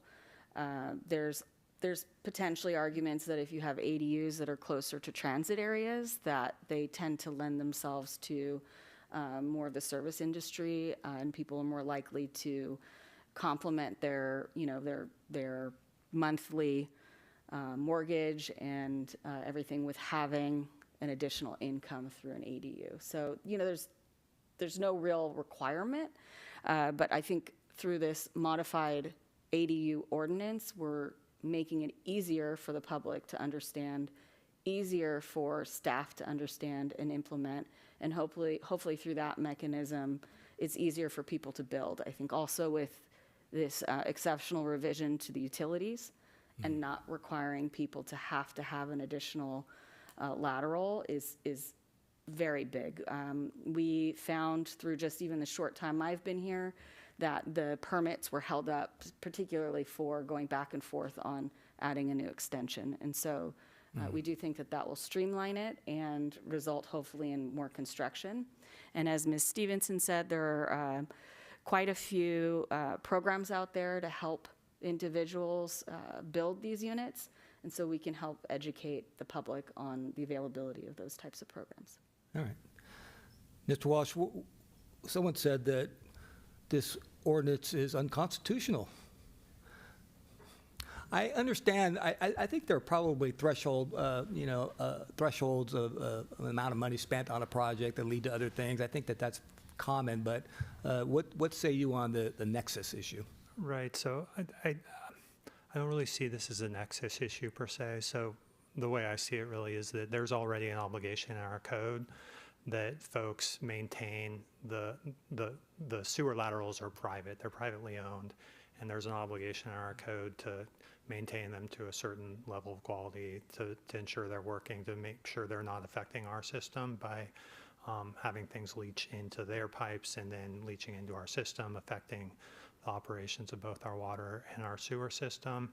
And so it's really the requirement for it's a requirement to inspect, right? And so there's often triggers that you inspect to deal with what are significant code concerns. And I think from staff's perspective, they are concerned about the effects that many of the very old sewer laterals in our community have on our water system and our sewer system. And so they came up with these as a trigger to initiate that inspection. And you see that in a lot of communities. Communities have, say, rental inspection programs where there is an interior, when a rental property changes hand, that the city will do a rental inspection to ensure there aren't code enforcement issues. Same with, for sale properties. When there's a sale, some communities will do an inspection, and it's a code enforcement effort, right, to make sure that things are being held up to that standard. That being said, I think this ordinance is kind of doing two different things, right? One is to deal with kind of the issue of if someone is expanding, we want to make sure there is capacity, and really that is, Mr. DeVore makes the correct point, I think, that 1 and 2 and really part of 4 are dealing with that issue. And then the other two, the $100,000 threshold and then the expansion of kind of floor area, those two are really, they're dealing with a separate issue of just as a trigger to initiate inspection. So if you wanted to take those out, that's a policy decision. There wouldn't be such a broad spectrum of inspections being done. It would be more focused on things that were further burdening our system, and that would trigger an inspection. So there are examples in California, probably throughout the United States, of these kinds of inspections being triggered by something other than a plumbing issue or an impact on plumbing. And I think, for example, in Santa Cruz, you have to go through, on a sale, you have to do an inspection, correct? And now that's becoming Right. more, has nothing to do with the plumbing, but that's the Marin time. that County too. And others, yes. East Bay Mud has a $100,000 threshold for inspections. All right. Okay, let me bring it back. What do you all think? Anybody want to opine on this? I'm in favor of it. I'm not sure about the microtransit thing, but yeah, Mr. Barrett, and I'll go to you. Yeah. I actually have some clarifying questions. Well, you can have any question you want now. That's great. Yeah, we're Okay. full-blown debate now. So I want to be clear that the 1,200 square foot component on page, I think it was slide 3, is not part of this ordinance. That was just reflective on the community outreach and consensus of some ideas. Is that correct? So the 1,200 square foot is the maximum that is allowed under the state law. And this was supported in the study sessions that were held in April and also at the public hearing before the Planning Commission in June. So it's supported in state law, but not yet ordinance here. We've implemented it in this ordinance. Okay, so confusing. That page made it seem like if we've already done it, I'm not sure what the, We implemented increasing the maximum ADU size to 1,200 square feet. Our prior ordinance limited an ADU to 1,000 square feet, which is permissible under the law. It's a policy choice that's available to cities, but the maximum that the state law allows for is a 1,200 square foot. okay, but and we've already done that? That is before you tonight. Okay, so that was my question. So you are asking us to do that? Yes. Okay. And if I may add as well, You thank may. you. What I found in previous jurisdictions, when they start to tier who can get what, when, and how, mistakes occur, both at the local staff level as well as the public. And so what we've done in other jurisdictions is just make it an equal bar. So 1,200 square feet is what the state allows, and so we've gone ahead and equaled what the state allows. And it's been 1,200 square feet as a cap for quite some time. I don't envision that changing anytime soon, even though we see a lot of ADU laws changing almost every year. Further clarification, is the removal of the material and roof matching and the mandatory rent reporting also part of this ordinance? I'm assuming yes. Yes. And the mandatory, Yes, the removal of the current barriers. and I do just want to clarify, we had it codified that rent reporting was required, and that is not permissible under state law. We are still encouraging optional participation in surveys, and they are coming in. So I think people are willing to share that information with us. We just can't codify it. Great, and sorry, one more question. The laterals, both sewer and water. So I was aware that the water, every new ADU, you automatically had to get a separate water connection, regardless of the main house water supply. That's what we have today, correct? Correct. The sewer, is it the same? Does each ADU need a separate sewer line as well? Our current code requires a separate sewer lateral for the ADU and the house. Wow, okay. And so the proposal there is to do away with those and evaluate the actual property and try to do the right thing for the actual homeowner, right? Absolutely. That's awesome. Really great. What about, so I'm speaking for all the folks that have gone through the ADU process in the past. What about those folks? Do they now have options to disconnect and connect if they wish? So we have discussed that preliminary, or we've started to discuss what the options would be for all the residents who now have 2 water services and 2 sewer laterals. We will have to come back with answers to that. Okay. Yes, there's definitely options for combining the water service in a manner that's efficient. But we're in discussions regarding that right now. Okay. Yeah. My view there is I think that's important, right? Because I can see why we want to make those changes and make it easier for future residents in the town to build ADUs. But we have, justice for the current residents who were following the rules. Sometimes I'm sure wondering why do I have to do this? But I guess I have to do this. And now we're paying 2 water connects, 2 sewer connects. I think we need to look at that and be equitable there. I'm not sold on the changes to the roof materials, because I think we need to think about, not that we haven't, but at least I'm thinking about right now, what that can do from a look and feel of a town, right? You got your neighbors, people like nice places, people like a nice neighborhood, and anything goes. I don't know if you guys remember Vancouver, BC, in the 80s. Suddenly there was painting hot pink houses next to, it was a real problem there that they finally arrested. So things will happen when you loosen things too much without any compensating controls. Yeah, I'd be happy to speak to that. Sure. So under state law, ADUs are in 2 different classifications. There's a Class 1 ADU, which is an ADU that's up to 800 square feet, 16 feet in height, and has at least 4-foot rear and side yard setbacks. For those, we have no control over any of the architectural requirements, including materials and roof materials. For a Class 2 ADU, it would be anything that's at that 800 square foot threshold, and under a current ordinance up to 1,000 square feet. Under our proposal, it would be the 1,200 square feet. So we're talking about ADUs that are between 200 or 400 square feet larger.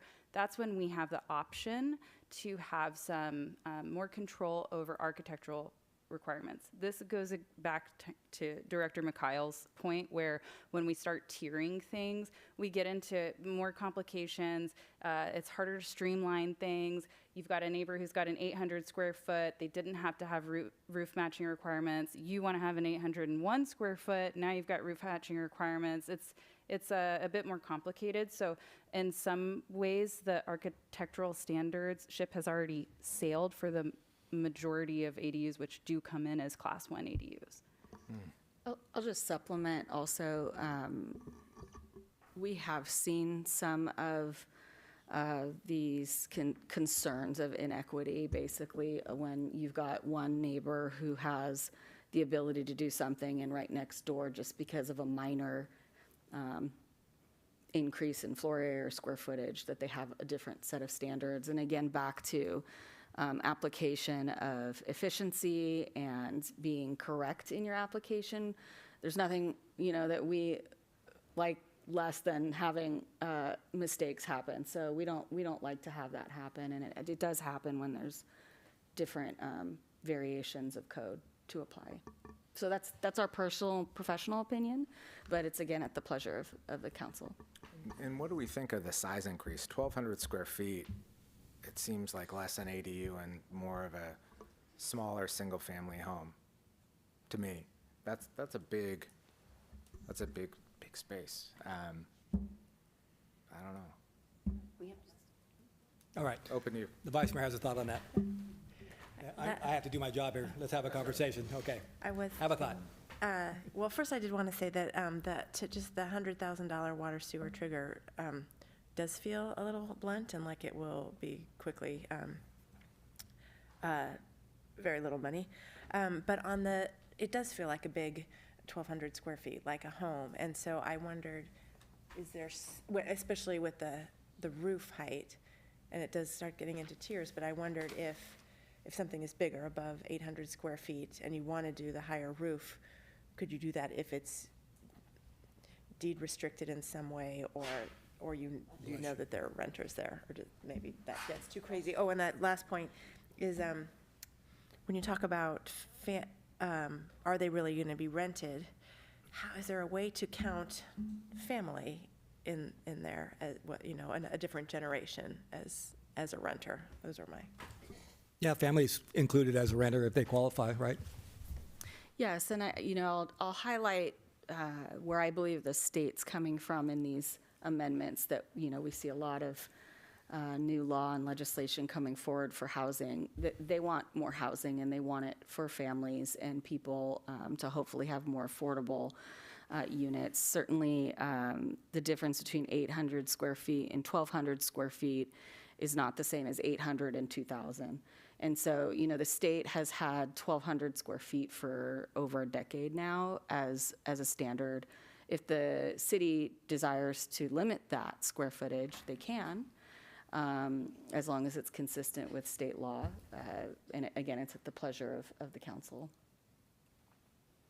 All right. Mr. Mayor, if I could just ask for one clarifying point here.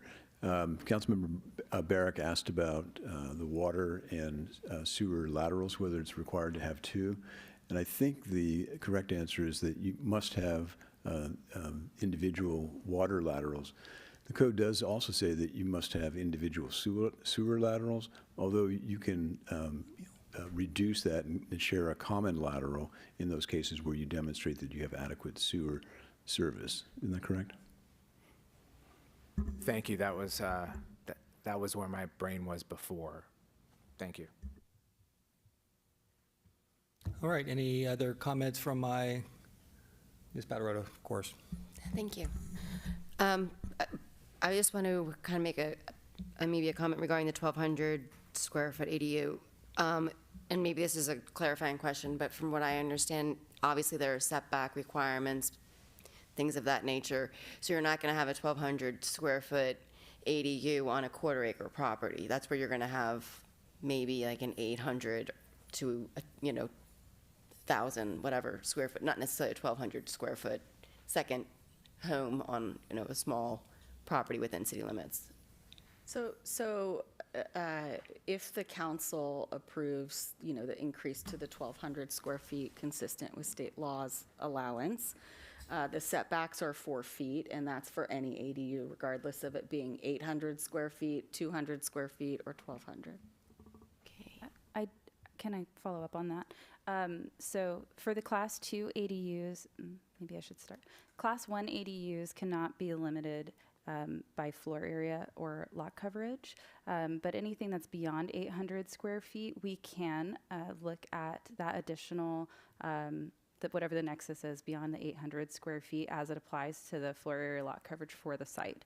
So if you have a site that's already at their max gross floor area or their max lot coverage, they would be limited to the 800 square foot ADU. So I think, to getting to your point, a larger parcel would more likely be able to have the larger ADU, where a smaller parcel may not be able to go up to that full 1,200 square feet.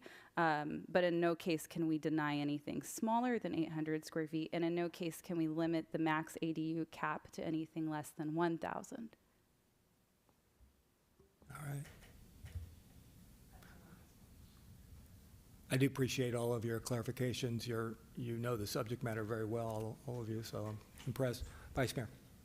I keep going back to this huge ADU just for fun versus a larger ADU that's taller, that's housing someone. So is there a way to say, you can do the extra height on that 1,200 square foot thing if it's deed restricted or something like that?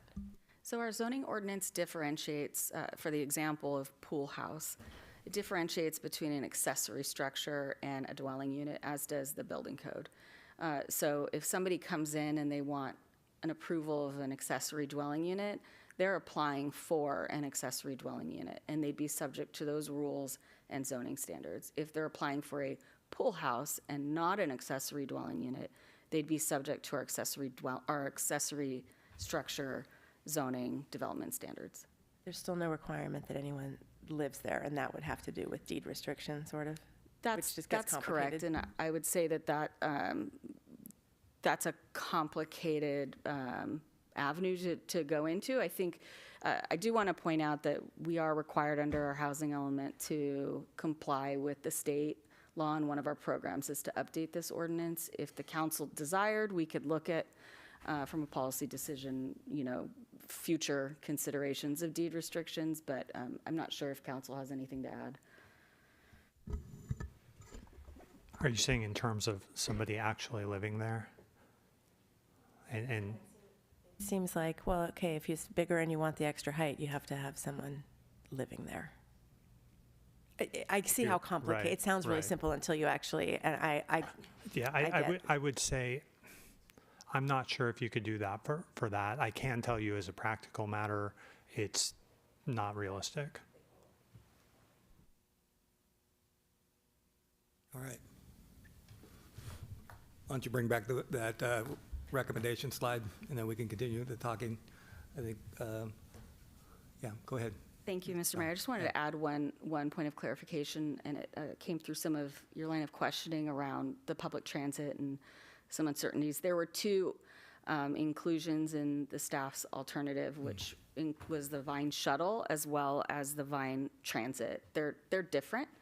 And so if it seemed like it was too much when you're looking at the Vine Shuttle, but you like the idea of half-mile microtransit for the Vine Transit line along Highway 29, that's another alternative that's maybe a little bit more incremental towards that local policy shift, if so desired. Yeah, I thank you for bringing up that distinction. That is important. That's probably where I'm leaning. But anything else? Anybody?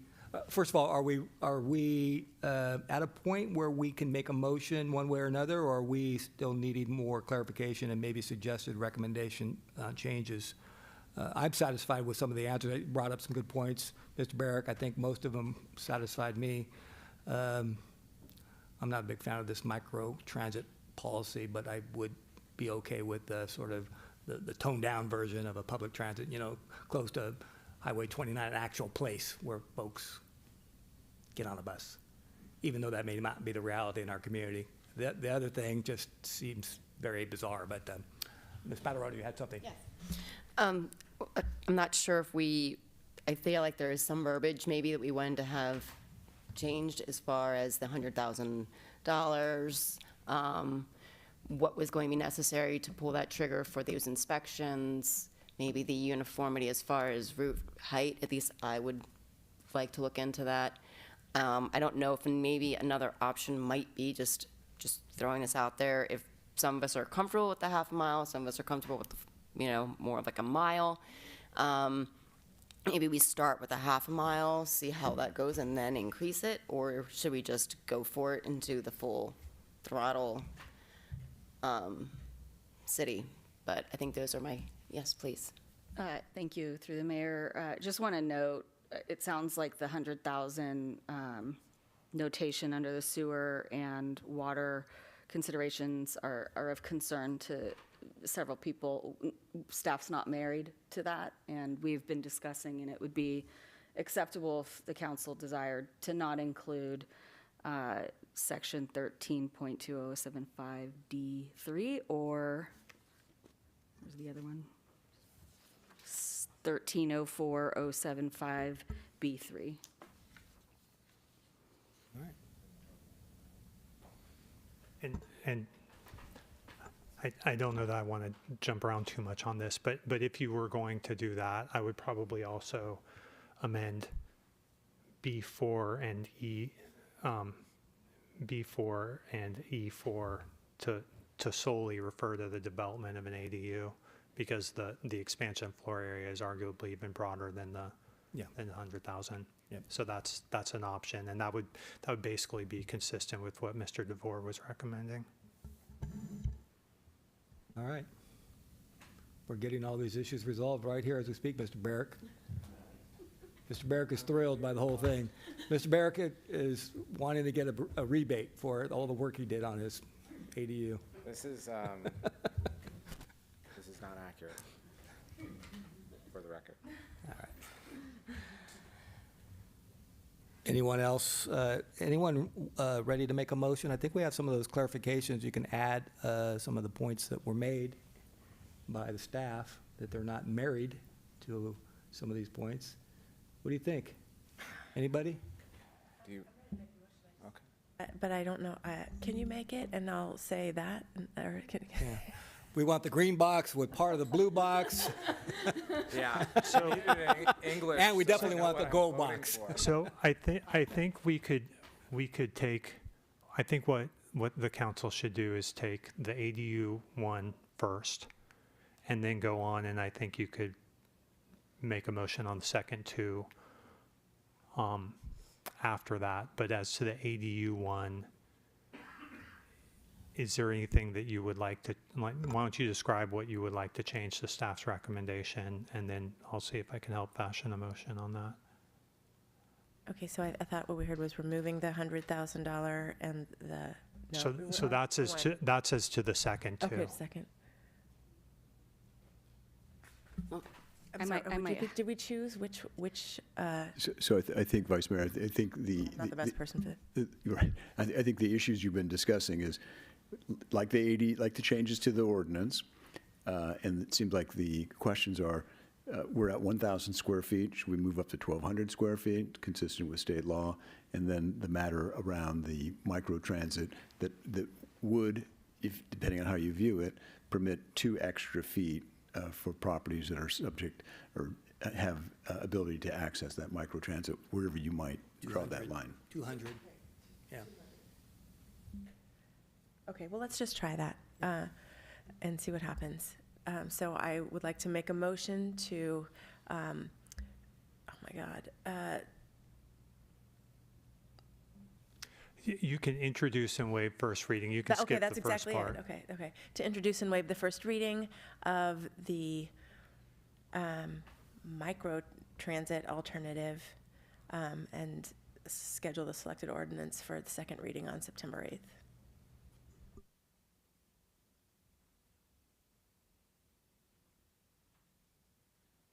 There's a motion. I'm not sure what the motion means. Did it change? Yeah, No, I know it what might you be, said there. I'm not sure it might what be helpful for Ethan this wrap-up to is. explain what that motion is, because I believe that goes to the ordinance that is presented, which has increase in So square that footage. that was staff's recommendation, which was that the higher height limit Right. would apply essentially in the Right. entire city with those limited. Okay, that's what I wanted, but I think you're right. It sounds like I heard others were not into that, so let's try again. I'm going to make a motion to introduce and waive the first reading of the Planning Commission recommended ordinance and schedule the selected ordinance for the second reading on September 8th, 2026. No, that's fine. Let me see if I can step up, Yeah. if I may. No micro-transit exception for height is what she's saying, I think. Yes, so that means no Vine Transit, no Vine Shuttle, no extra height. I liked it, but it didn't sound like the others were on board with it. I might like it with the second revision of taking a smaller bite with just up 29. I'd be more open to that Me too. than the whole town minus 3 houses. Not that I'm trying to affect your motion, just Yeah, trying to I'm okay clarify. with No, that, we're too. trying to- Public transit on Yeah, 29. we're trying to. And I wasn't sure if were you guys okay with what I was saying with, I don't think it should go above, if there is a main house, I don't think the roof Well, line should. let Vice Mayor make her motion, and then we'll Let's have try a again. discussion. If it doesn't Okay. work, we'll make another one. Go ahead. Okay, Yeah. I'm good. So you're going to have to just narrow in on Yeah. what micro-transit part you wish to Okay. have. Yeah. I'm going to make a motion to introduce and waive the first reading of the microtransit alternative ordinance for those within, was it a half mile? Half mile. A half mile of property. Vine Transit. Of Vine Transit, thank you. And schedule the selected ordinance for a second reading on September 8th, 2026. Second. There is a motion and a second. Further discussion on, or clarifying it? Any more? Clarify. Yep. What am I voting for there? Is it just the microtransit and nothing else? No. So I can. Or the whole? Wow. Okay, go Through the ahead. Mayor, you're voting on the alternative microtransit ordinance. It's the entire ordinance of the ADU and JADU section of our zoning ordinance. There's a change to the definition of microtransit to only include Vine Transit within a half mile. And Lisa, what would the size of an ADU be, the maximum size under this Thank you. action? Yes, 1,200 square feet and none of the roof clarifications. There could be a friendly second amendment if Yeah. so chose. I think, do you still second that, Mr. Diaz, with all of that, those little changes? Is it the same as the original option A, that, just with the change to the microtransit? Yes. That's it? Yes, I've second. All right, further discussion? I would like to make an amendment to the amendment and amend it from 1,200 square feet to 1,000 square feet. Will you accept that? You don't have to. No. I'm not going to support that. No. She's not accepting that. So I think there's a motion in a second. Doesn't look like there's further discussion. Please. My friendly amendment was to make it so that the roofs, the ADU roof does not exceed the roof level of the main house. So you don't wind up with a house here and then the ADU here. We can discuss it. Well, are you entertaining amending your motion? Well, not really, because I don't understand why it matters. That's why I was going to ask why it matters. Sure. I think why it matters is just for neighbors, depending on the neighborhood and the neighbors. You don't necessarily want somebody with an ADU where they're looking down into your backyard.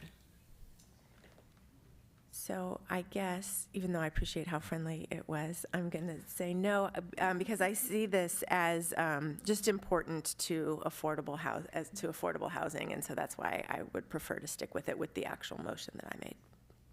All right, we have a motion and a second on the floor. I think we're all clear about it, what it is. Roll call, please. Vice Mayor Deasy, Yes. Councilmember Diaz, Yes. Councilmember Barrick, No. Councilmember Spatarato, No. Mayor Doring. Yes. That motion passes 3-2, so we're almost there. We have two more motions, one on the water service. That's where we talk about this potential elimination of the $100,000 threshold to instigate and, well, in this case, it's a water inspection. Mr. Walsh, you have something else? So I think for that one, the motion's a little easier. And I think what it could be is to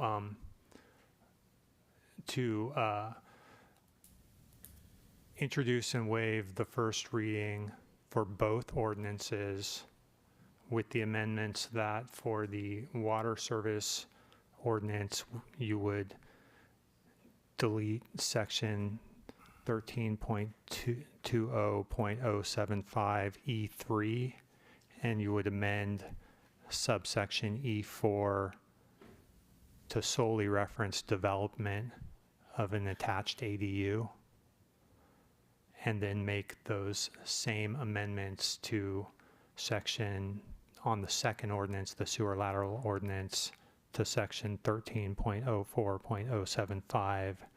You would delete subsection B3. Oh, excuse me, my writing is bad.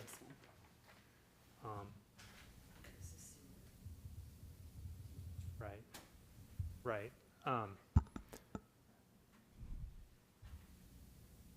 Yeah, my references to sewer and water were wrong, but for, yeah, right. No, I've got it. So for section 13.04.075, you would delete section B3 and amend section B4 to only reference development of an attached ADU. So for the sewer and the water, what the effective result of that would be is you would take out the $100 threshold as triggering inspection, and then you would only have inspection for development of an attached ADU, not for the expansion of floor area more generally. So moved. Second. Any further discussion? There's a motion and a second. Any further discussion? Are we clarified on that? Any questions before you vote? All right. Mr. Bradley. Mayor Doring, Yes. Councilmember Barrick, Yes. Vice Mayor Deasy, Yes. Councilmember Spadarato, Yes. and Councilmember Diaz. Yes.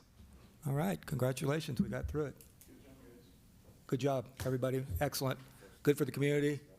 I can't wait to retire in my 1,200 square foot ADU and have my daughter live in the house and cook for me. Thank you, Councilmember. Okay, now we have some more work to do.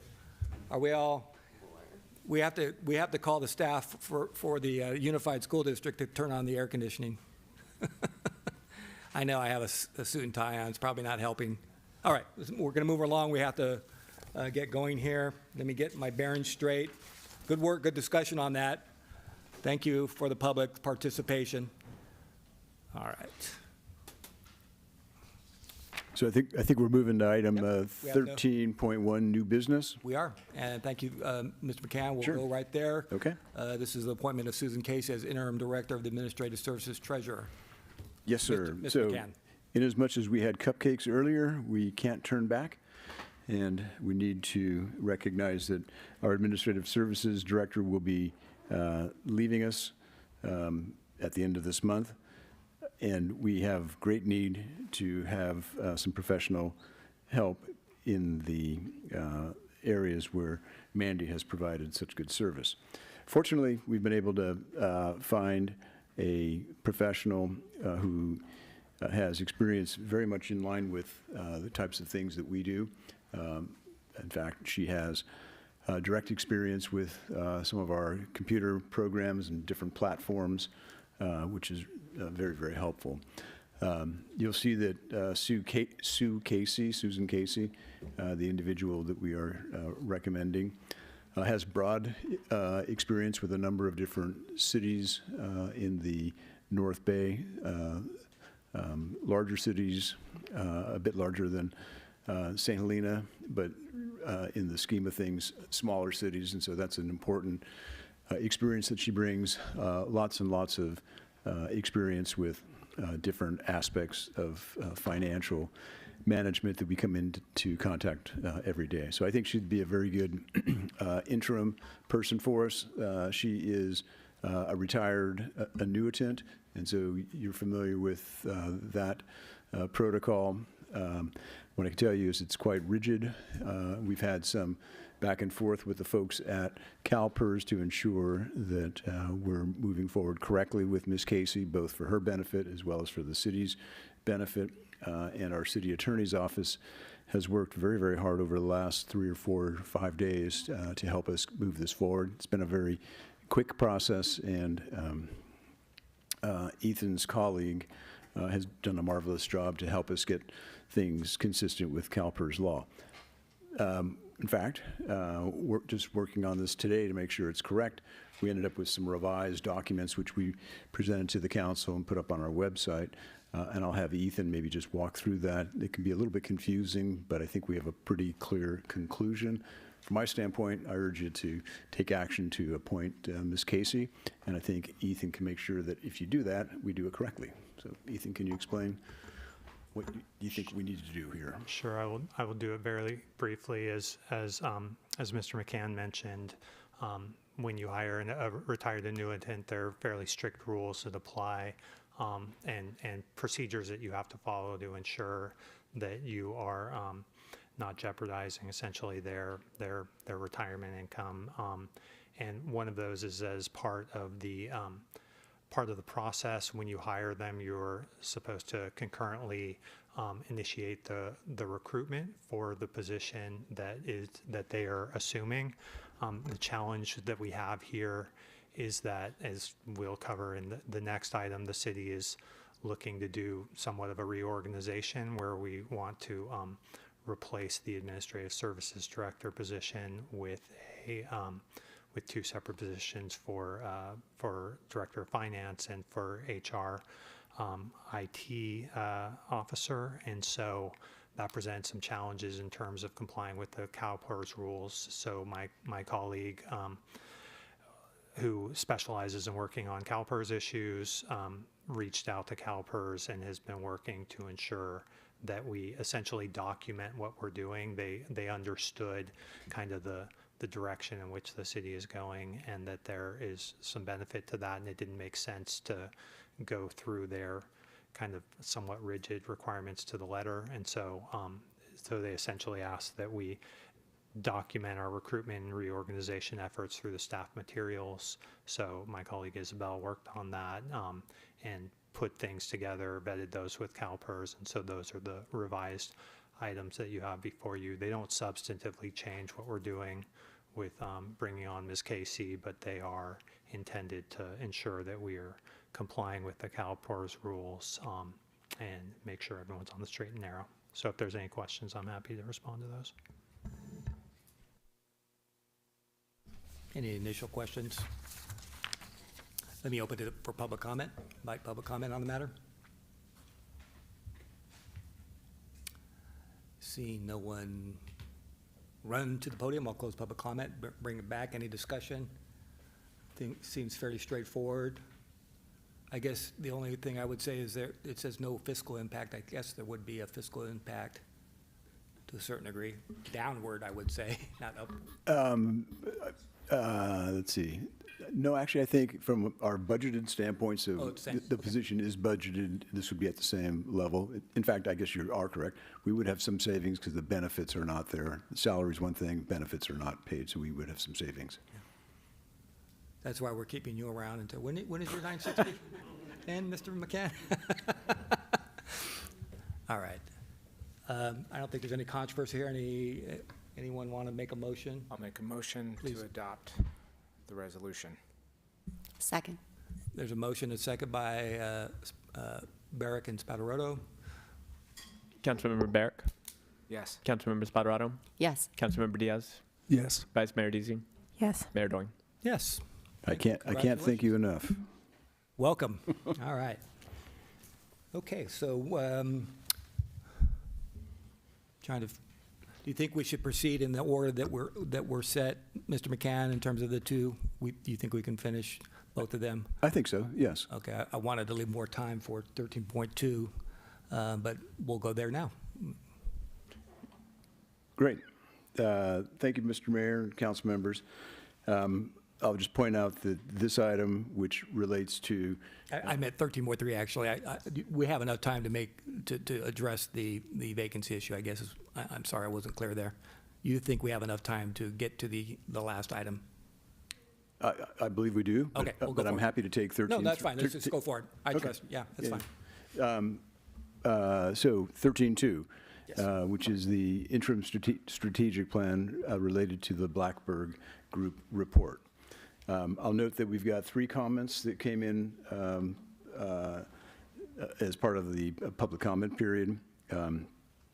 Elaine Demand, Kelly Wheaton, and Dan Hale offered comments on our staff report and recommendations. So I appreciate those comments very much. I'll remind the council that back in May, we brought the final report from the Blackberg Group to the City Council and presented that to the community.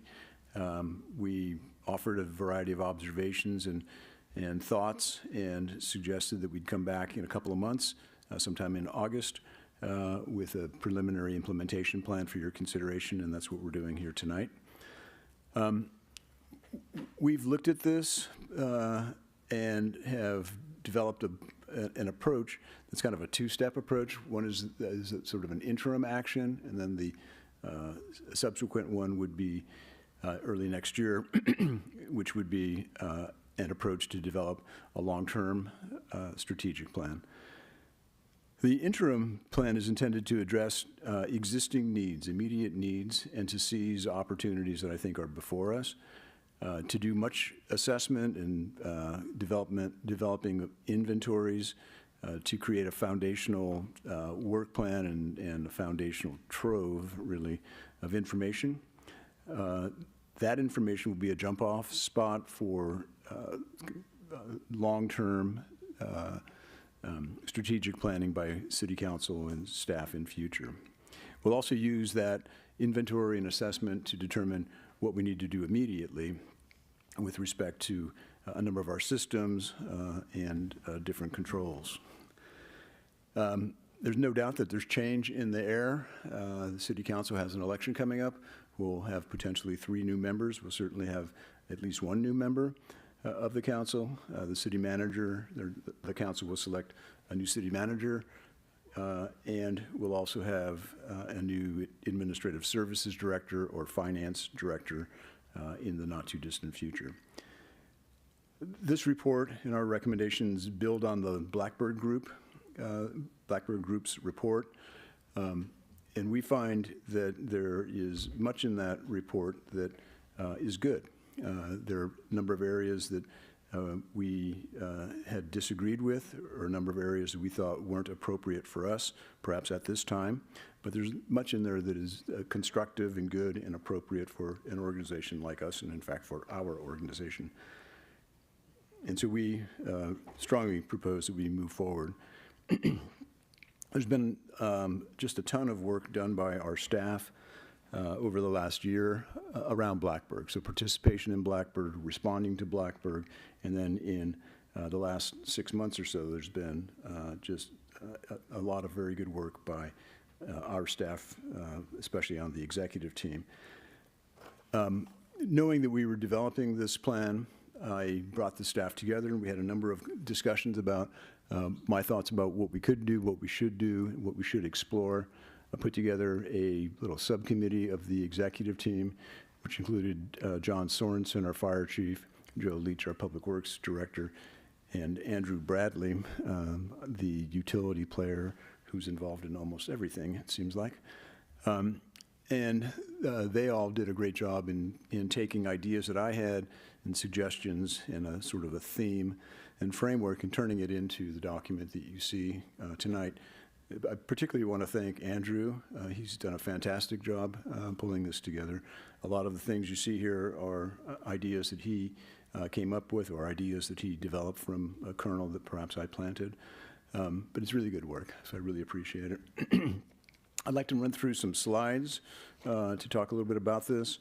We've got about, I don't know, a dozen slides or so, so I'll be quick. I'm not going to go into great detail because there's lots and lots here, and I'd rather respond to questions.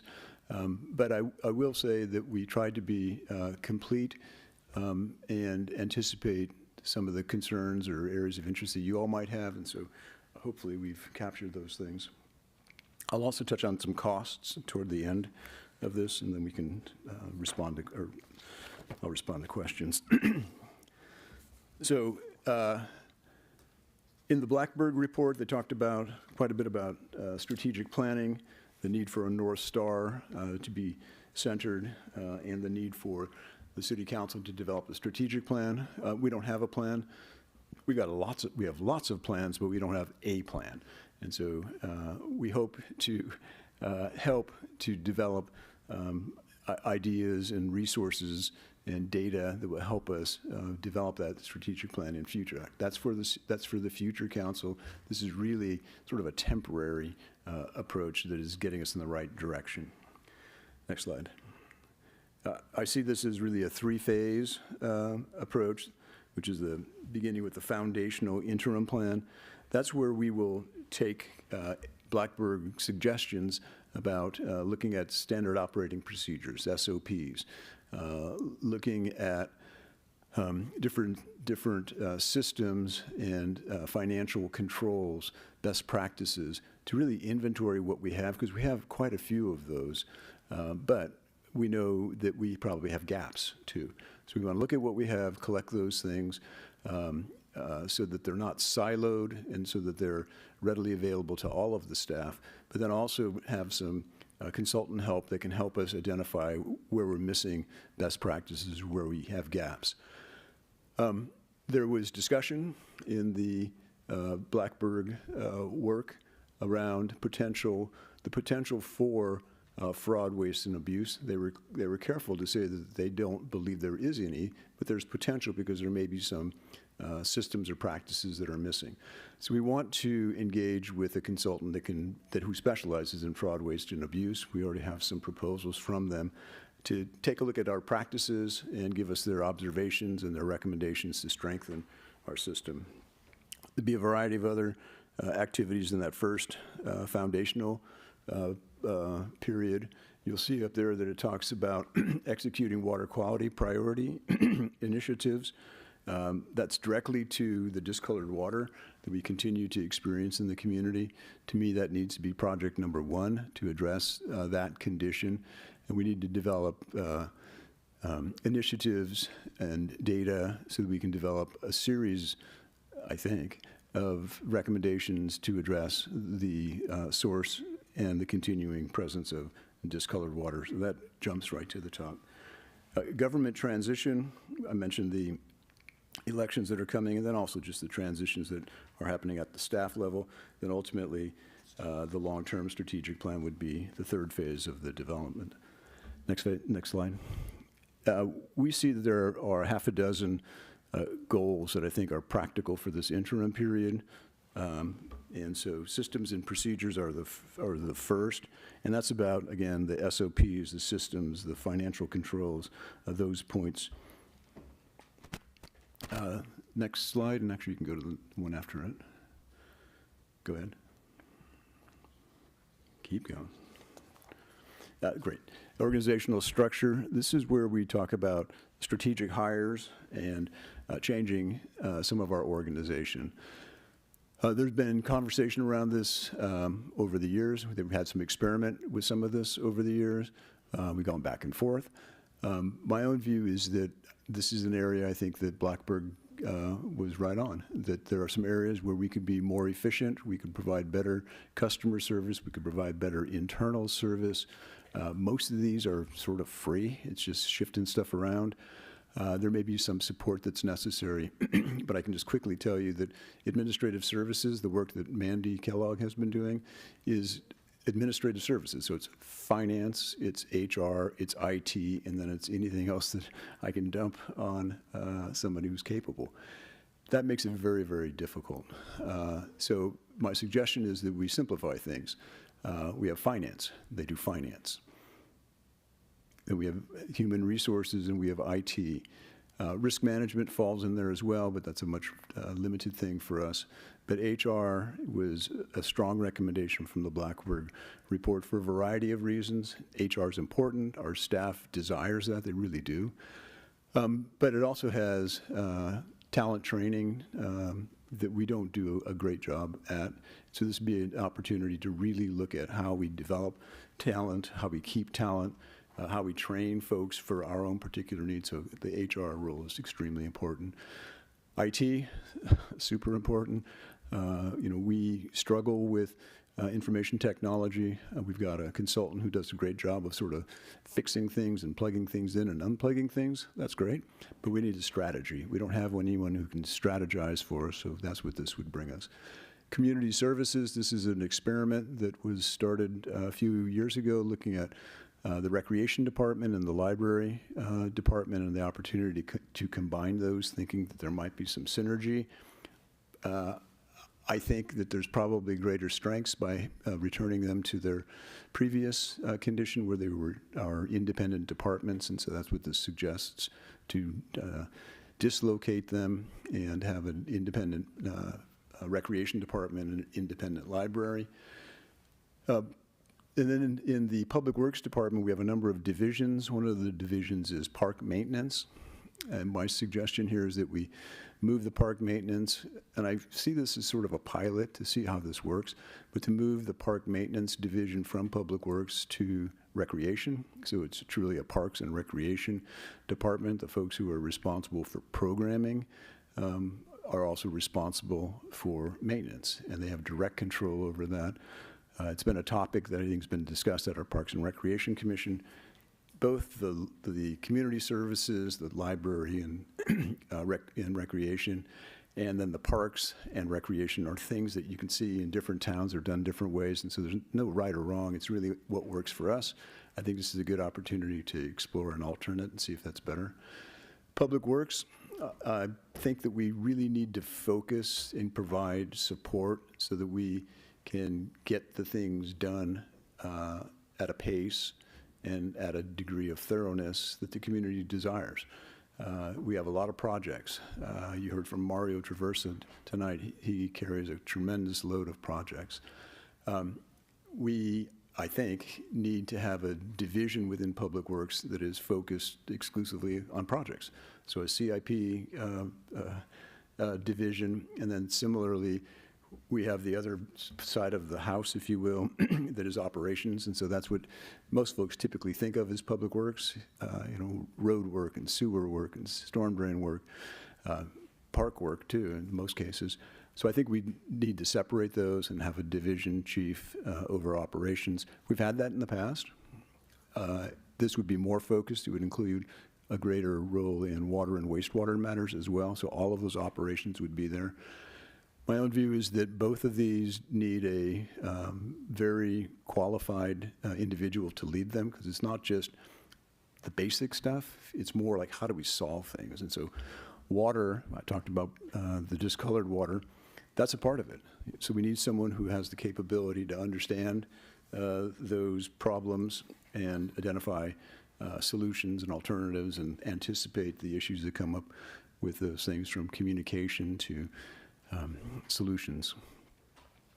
And then in the city manager's office, it's obvious to me after spending some time that there's just not enough bandwidth. And I'm not suggesting that we need a deputy city manager or an assistant city manager. My own views, I don't think we do, but I do think we need someone who is capable to undertake a variety of analytical assignments.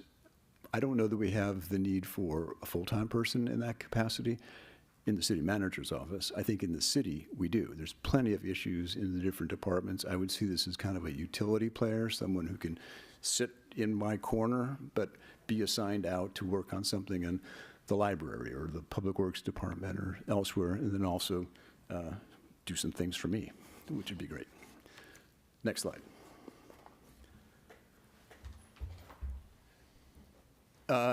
This goal goes to fraud, waste, and abuse, but mostly goes to financial controls and systems more than anything. There was a lot of discussion, and I'll be honest, I think a lot of it was incorrect, misplaced, around failures or inadequacies in our finance world.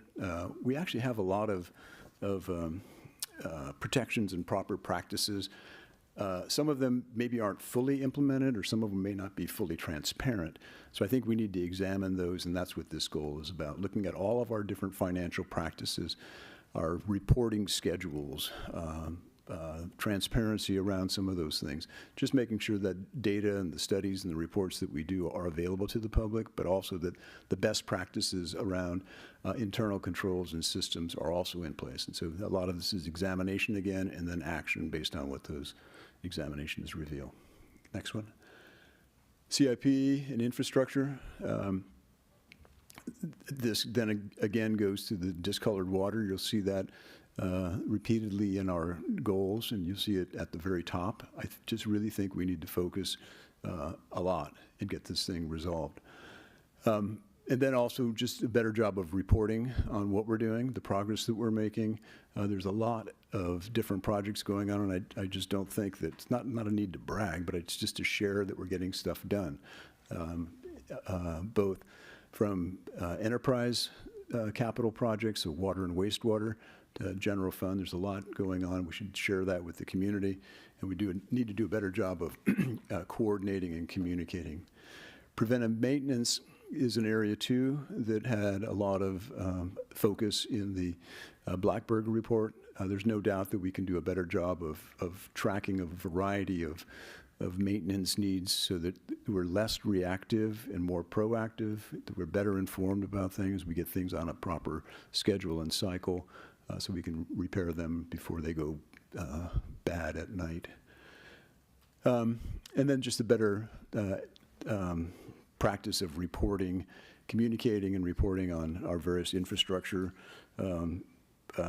activities, those that go well and those that don't go so well. This is an area that really is not touched on in the Blackburg report. It's an area that seems to me that is ripe for conversation. It has the potential to get a lot of attention. I think people will be very interested in this, but I think we ought to explore it. We don't have to solve it, but I think starting would be good. And so the first part, I don't think anybody disagrees with, make things go faster and better and more smoothly in the permit processing. And that's all kinds of different things. Part of what we were just talking about with ADUs, make our regulations more clear, more consistent, be more helpful. And I think we should do that. And we should identify those areas where we may have bottlenecks and fix them, make them go away. The other few here are maybe a little more controversial, and that's to explore some of the big issues that just continue to linger. So some study sessions around affordable housing. We've had conversation about, do we have a housing strategy? What is that housing strategy? A lot of people point to the housing element and say, there's our strategy. That's not our strategy, that's an element. The strategy needs way more focus and agreement. Land use strategies come into play as well. The status of the downtown specific plan is important to talk about. Water issues and the water neutrality policies are also things that are out there. I think there's a great need to try to have some conversation about those and then take action to address them. The urban limit line and sphere of influence feasibility analysis, this is an area that I think is important to pursue. Sphere of influence, we've already had some conversation about that. That presently is being reviewed by LAFCO. And that's the area that the city might grow into in the not too distant future. And so we're looking at that. Urban limit line is a different kind of conversation. So that's looking within our city limits at land that is presently outside the urban limit line and just having a conversation about, does it make sense to perhaps consider moving that line to basically allow more property to be available for development. Part of this is spawned by just the need for development, at least in my mind. Selective development of an appropriate nature and scale, I think, is good and would help us in a variety of ways in the community, from vitality to financial strength. The other is around housing, which goes back to the housing strategy. We have 12 opportunity sites, and those are, 2 of them, hotly contested. They introduce land use densities in an area that are different than what's immediately surrounding them. The thought of expanding the urban limit line makes the pie bigger, provides more sites that may be suitable for housing, could relieve the pressure on areas that may be more finite, and just helps us to sort of chart our future as we move along.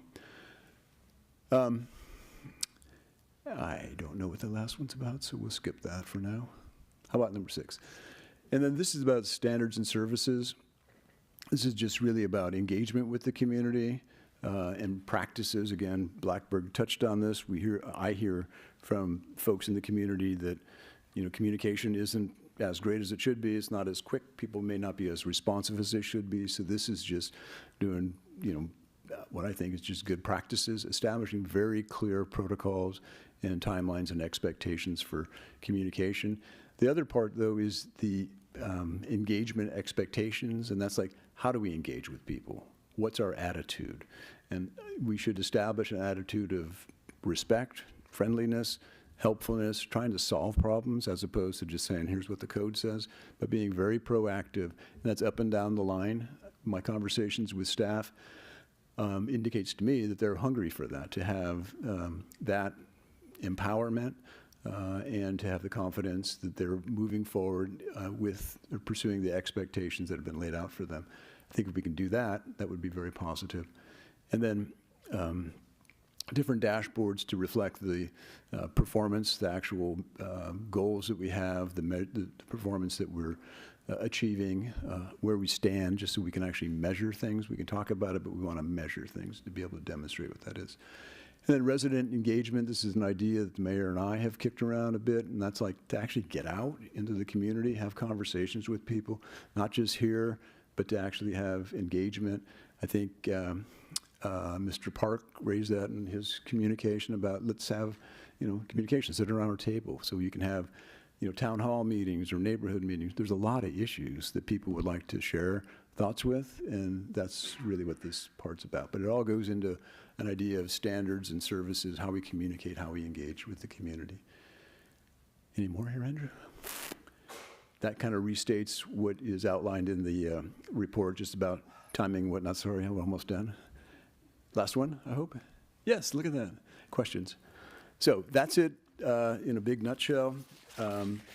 The plan itself is laid out in greater detail, and I'm sure folks have had a chance to study it a bit.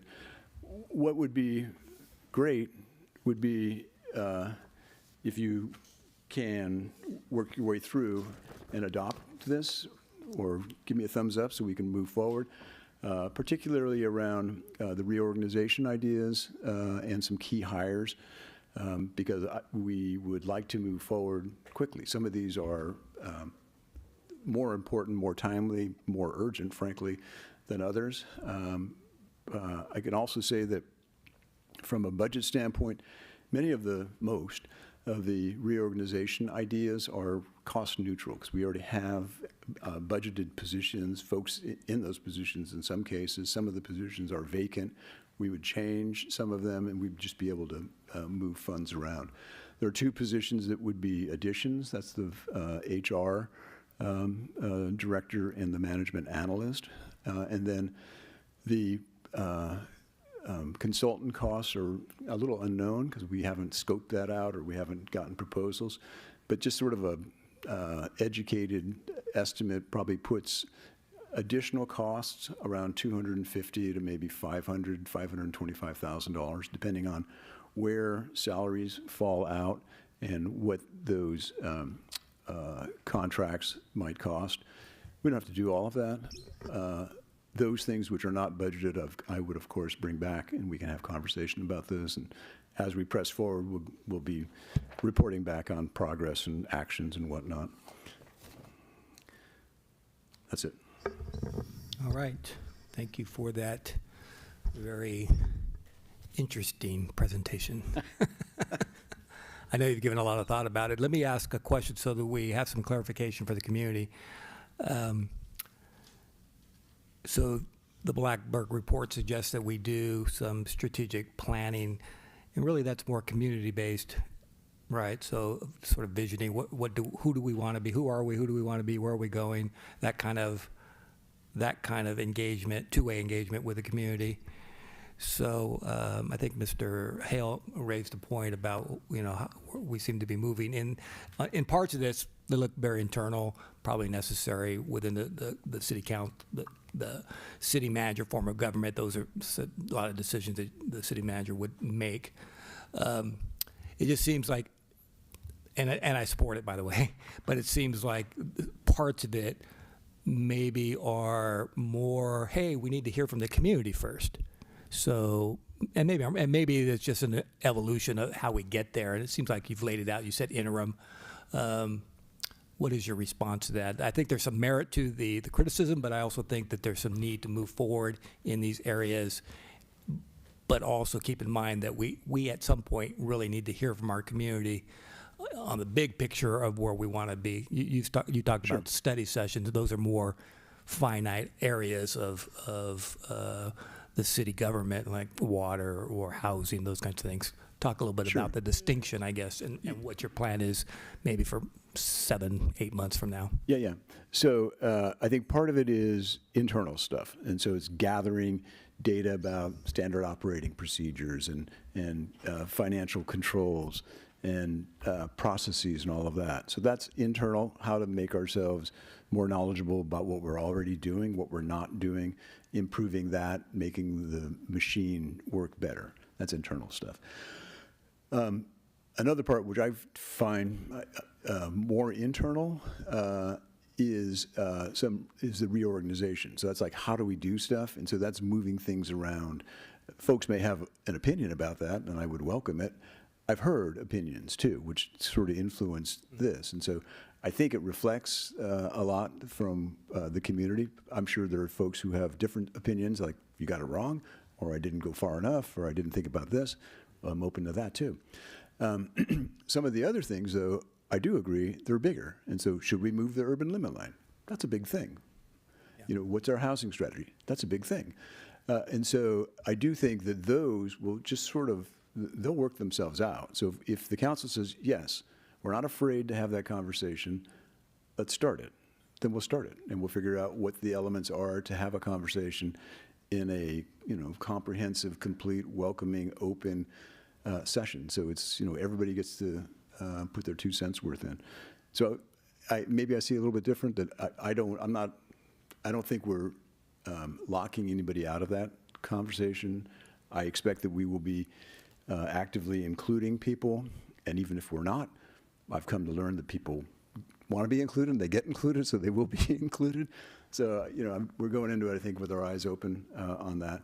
The other thing is, I'll just come back to some of the important things, and that's in our infrastructure and our continued delivery of projects. I just think we need a framework to make that, to continue to make it successful and to try to improve upon it in those areas that might be a little bit rough.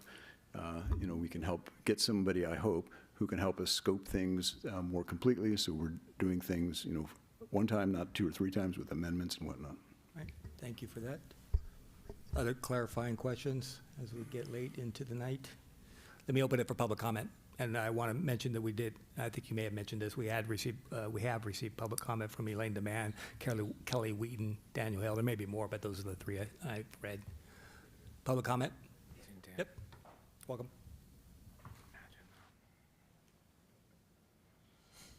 Joshua Park, I was supposed to say that, I didn't. This is great, frankly. I think one of the biggest problems we've had for a long time is staff swims in ambiguity a lot, to no fault of their own, just because in terms of organizational structure, what you're supposed to prioritize, when, it's really unclear often. And I think everyone would love to have some clear direction and clear guidelines and clear ability and understanding of what we're trying to do at a staff level, which means then all of a sudden the council's job, instead of you having to kind of dance around perceived potential issues, you can say, okay, great, let's go. So are there bits and pieces that need to be adjusted? Sure, maybe, probably. But I mean, great, here we are. I mean, it seems like it's been a very long time coming. It's a very succinct list. So, yeah, let's move and make everybody's life better and staff's lives easier. Great. Thank you. Others?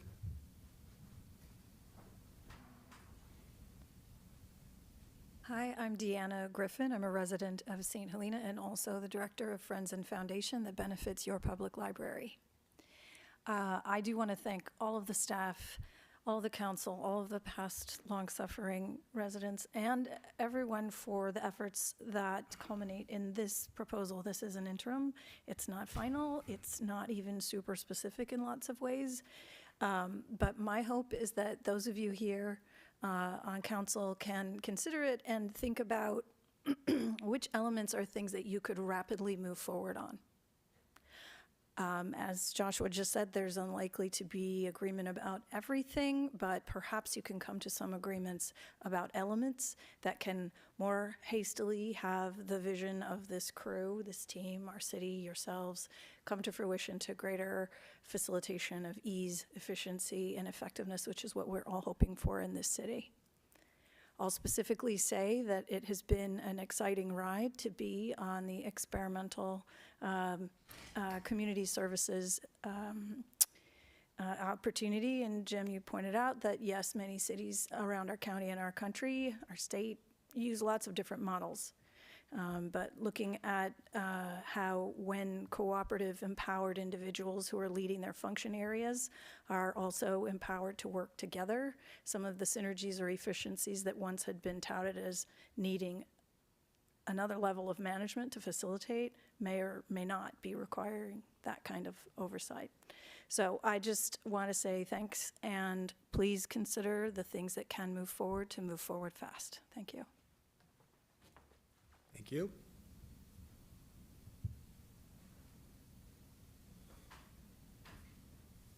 All right. Doesn't look like we have any more takers. Close public comment, bring it back. What do you think? Mr. Diaz, what do you think? You ready to support? I'm ready to Manager? support. I think it's great. I actually think there's a lot here, but what we've just gone through on the screen is really exciting, actually. It's a special time right now. I like that everything, that was mentioned in the Blackburn study was covered in here. I think it's a great starting point. I think it's a positive thread. We covered staffing and organizational structure, process, finance controls, technology, and most importantly, the water quality. I love that that's in there front and center in the top. But I think there are a lot of things we can move forward with, holistically. This is just a draft. I think you've done a wonderful job in putting this together. I think it was well laid out, well thought out, and I think it gives us a lot of inspiration for what can be down the road. I would be remiss if I didn't mention a few areas of observation and points for consideration. Significantly, the title interim city manager, we have you've come up with this wonderful plan, but I think if we're moving all of this forward with the interim, we just need to be aware that there are 6 new positions being created. There are 3 department splits going on, a significant reorganization that the new city manager will inherit. And, we're a city, we need to keep moving forward. So that's just a point for consideration, because these are a lot of big decisions being made by someone who's going to be here in the short term. So I think that's just a point for consideration. And also, Jim knew I would cover the budget here because I didn't see a budget in there, but you've mentioned a dollar figure. I think the vote here tonight is really structurally insulated from any sort of cost objection, but I do see a way that staff can come back to us with this information. So I am in favor of this, and it's really inspirational to see all of this come together. We didn't want it on the shelf. We didn't want the Blackburn report to just go away. And so we're 3 months later, and we have something. And so I'm really inspired by this, and I think there's a lot here that we can move forward with right away, and I think it's a good plan. All right, excellent comments. How about Ms. Barrick? Yeah, I'd second what Councilmember Diaz said. We definitely should support this. We're not all going to agree on anything, but I would suggest that we have a special session to get more in the details. It's hard to talk about all the details specifically in a short period of time, but these are very substantive areas here that I'd like to delve in more and hear more of the staff's thoughts, not just from Jim, but from the directors of the proposed changes, and get their rationale and maybe have some input. I'm sure my colleagues would like to have that too on certain areas. I'd like to see that in the process instead of just, firing it off, because we will have new city manager and new employees, those integration points. And it could be that, you don't want things going too far down the road that somebody new is going to come in and have to curtail back. So there is some delicacy there, but there's no reason to not go forward with it. All right. Vice Mayor, yes, please. Yeah, I wanted to say thank you. I think the presentation and report really hit the mark. So first of all, thank you to Councilmember Barrick, who kind of started us off on this with the transformation efficiency study a while ago. I thought it was amazing to see so much of what was in that study be included here, and then it actually went beyond it. So to some things that we've talked about for a decade that we had, suggestions that have been around for a decade by a lot of people, and they seem to make sense, and you've incorporated it. So anyway, I thought it was great. I guess I'm more like, hey, go do it. Is how I'm feeling. I'm feeling that good about this. It was hard for me to see where it seems very operational, so I was maybe having a harder time seeing where it could go too far, and it felt to me like that kind of caught that balance of hitting the operational stuff that is almost harder to argue with, and then not delving into the North Star strategy, which would be left for the city manager. So I thought a good job was done on that. So yeah, the one thing I had is, a couple of areas on the HR position. It's just one I feel strongly about, and so I kind of wanted the details on that. Is it really going to be a strategic person as opposed to someone processing a lot of paperwork? On some of the bigger stuff, I do wonder if maybe that's too soon, like all of the really big strategic land use stuff. Should that be a help if you want to push anything back and maybe incorporating more economic development?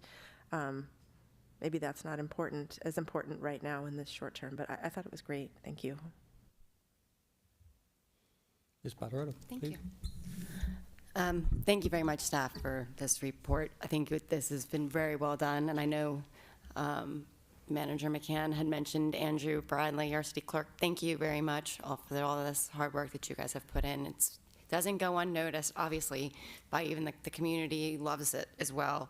My only thing would be, I just would want to kind of echo, I already know this is being done, but I just have the feeling the need to say it, I guess, is the prioritization, making sure we're actually prioritizing certain things we want to get done and actually getting them done rather than getting too excited and trying to attack too many things at one time.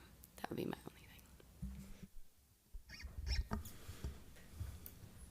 Mayor, can we have an extension? It's 9.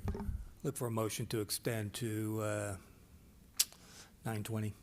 I'll make a motion to extend to 9:30. That's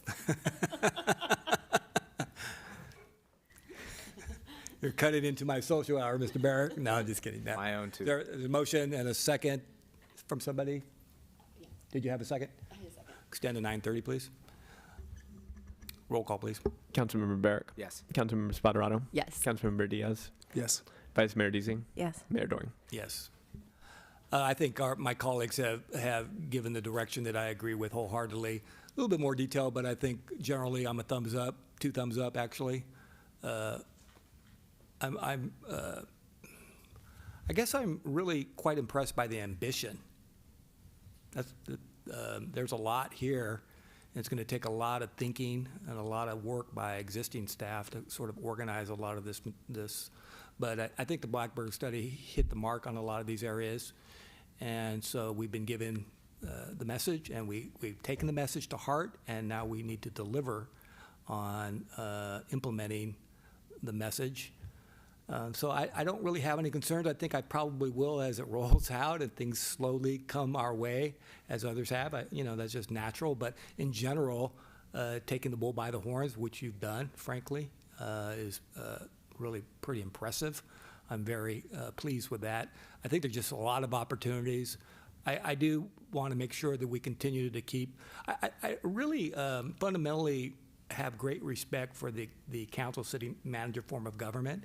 And this is an example where the city manager, you never know what you're going to get in the city manager, but hopefully we'll have a city manager who will have that same sort of ambition and look at these things as necessary and sort of fundamental, frankly. I don't think there are any surprises here. So I'm very pleased by that, and I think we need to move forward and get better as an organization, but I also don't want to lose track of the fact that we need to continue to engage with our public. We can do all kinds of things, but if the public is like, what are you doing that for? We don't have that commitment from the public and a sense of alignment there, we will run astray. So I think I'm very supportive, and so, yeah, good luck next city manager. I hope he likes it. Yeah. Yeah, I'm just very optimistic, and I think it's a great plan with the reservations and the provisos I have. Yeah, I'm very supportive, very optimistic. You don't need anything else?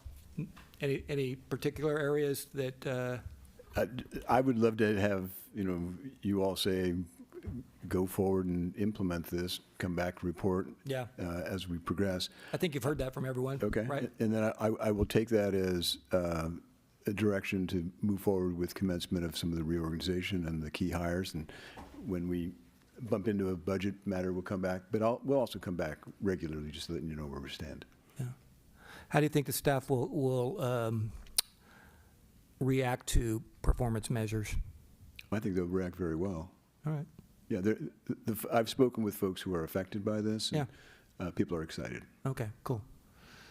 I remember back in the day in Calistoga that this was a topic that was introduced, and it was resisted, honestly. I think there was a fear of what that meant, and folks, they felt that their job, if I didn't meet this particular standard, it would affect my employment. And so we have to be cautious of that. We're all human beings, relationship oriented. I think we'll do well. It's good to know that the staff is welcoming that. All right. Great. Thank you very All right. much. Thank you, staff. All right. Now we have one more. Yes. So the next item is seeking approval of a resolution to authorize us to recruit for a police officer. We have a vacancy that has just come up in our department. And so we would very much like to fill that vacancy. It takes a long time to get an officer. Usually we need to go through the academy and sponsor them, and it takes time. So it's very good to be sort of in front of that. Sometimes we sort of anticipate that we may lose someone, and we try to start that process. So in this case, we're asking for authorization to allow us to recruit for a police officer to fill our vacant spot. And the chief is here, and he can certainly fill us in on the what and why of that. But then tagged on to this, we've also included a request to modify the position that was taken some time ago to freeze the positions and to remove that freeze and allow the city manager to fill positions as appropriate. And that requires that there be funding certainly available for that.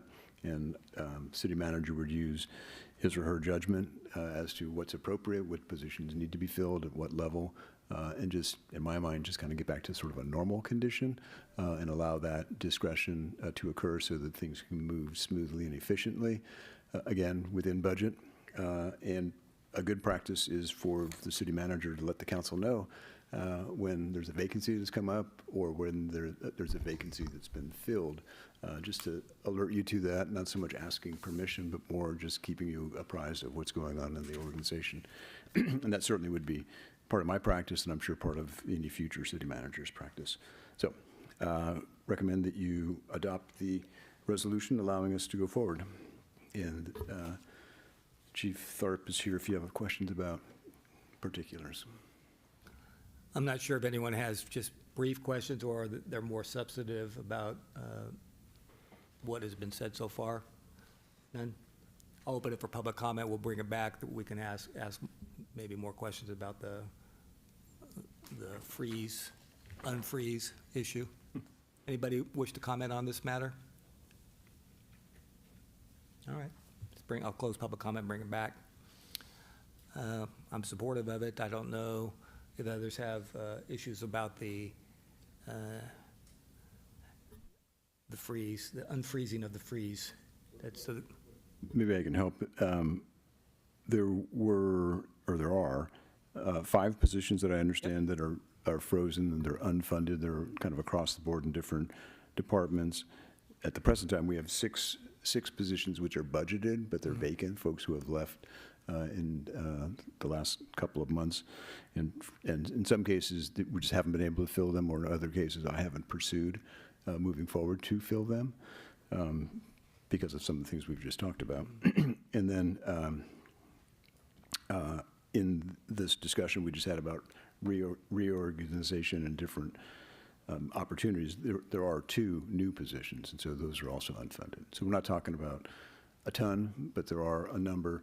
I would not expect that the frozen positions, if they were unfrozen, I would not expect that those would be filled when they're unfunded. So we need to address that, and then also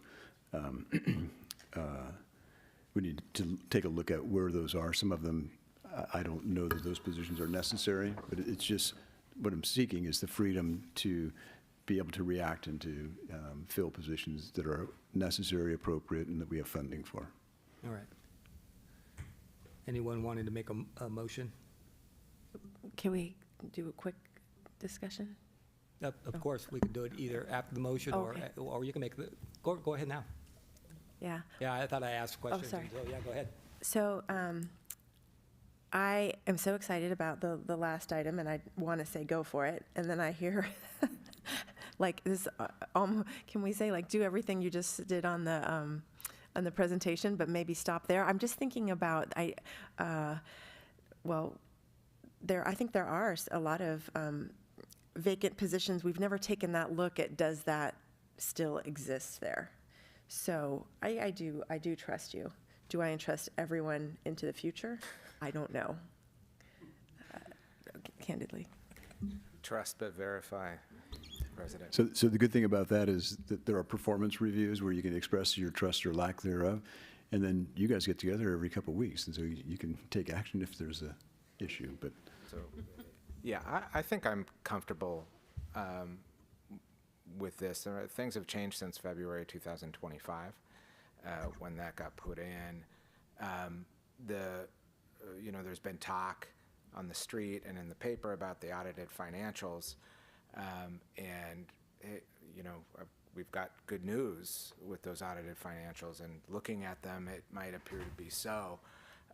However, the context with financials is important, and what we'll find is that a lot of the good news is because there was action taken, like freezing positions and cutting budgets and not continuing or finishing projects that we wanted to get done. And as those numbers come out to the public and this council, I think it will temper some of that. And anybody in business on the executive suite will understand that numbers can tell a lot of different stories, not always the relevant story. So, but with that being said, I think perhaps we've tightened too much, and we need to invest in the city. So thank you for bringing this up, and I'm supportive.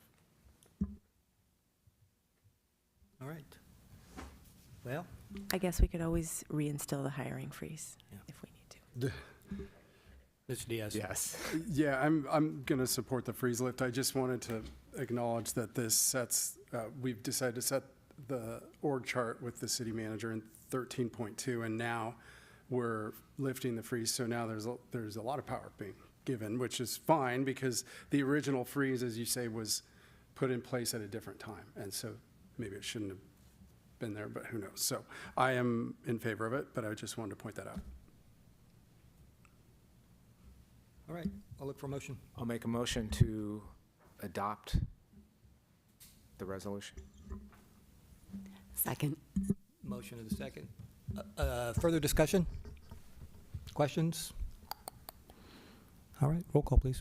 Councilmember Barrick? Yes. Councilmember Spoterato? Yes. Councilmember Diaz? Yes. Vice Mayor Deasing? Yes. Mayor Doing? Yes, that motion passes unanimously.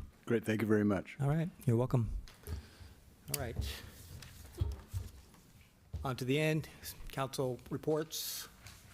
Anybody wishing to give a report? A quick one.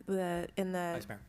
Climate Action Committee, there's a meeting on Friday. We're continuing to talk about the RCAP Regional Climate Adaptation Plan. There are some questions about its approval and when it's coming here and what we're locked into or not. So anyway, we'll have more on that soon. All right. Others? All right, Sorry, I have one update from the Up Valley Waste Management, and it has to do with the Clover the Clover The landfill closure. We did get an overview from representatives, and it's a very involved process that they've started. They hope to finish. The intent is still to close it. The board itself has no impact on this process at all. So we're really just observers at this point. There's 6 other state agencies that have to weigh in for different pieces, so it might come up in conversations with the community.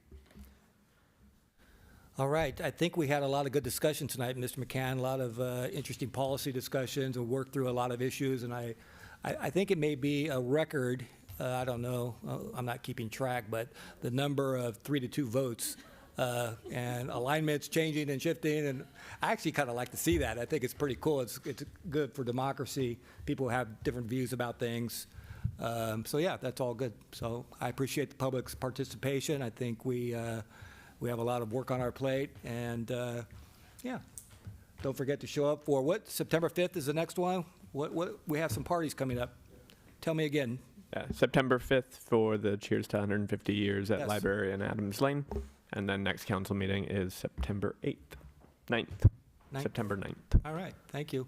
This meeting is adjourned. Good night, everyone. Thank you.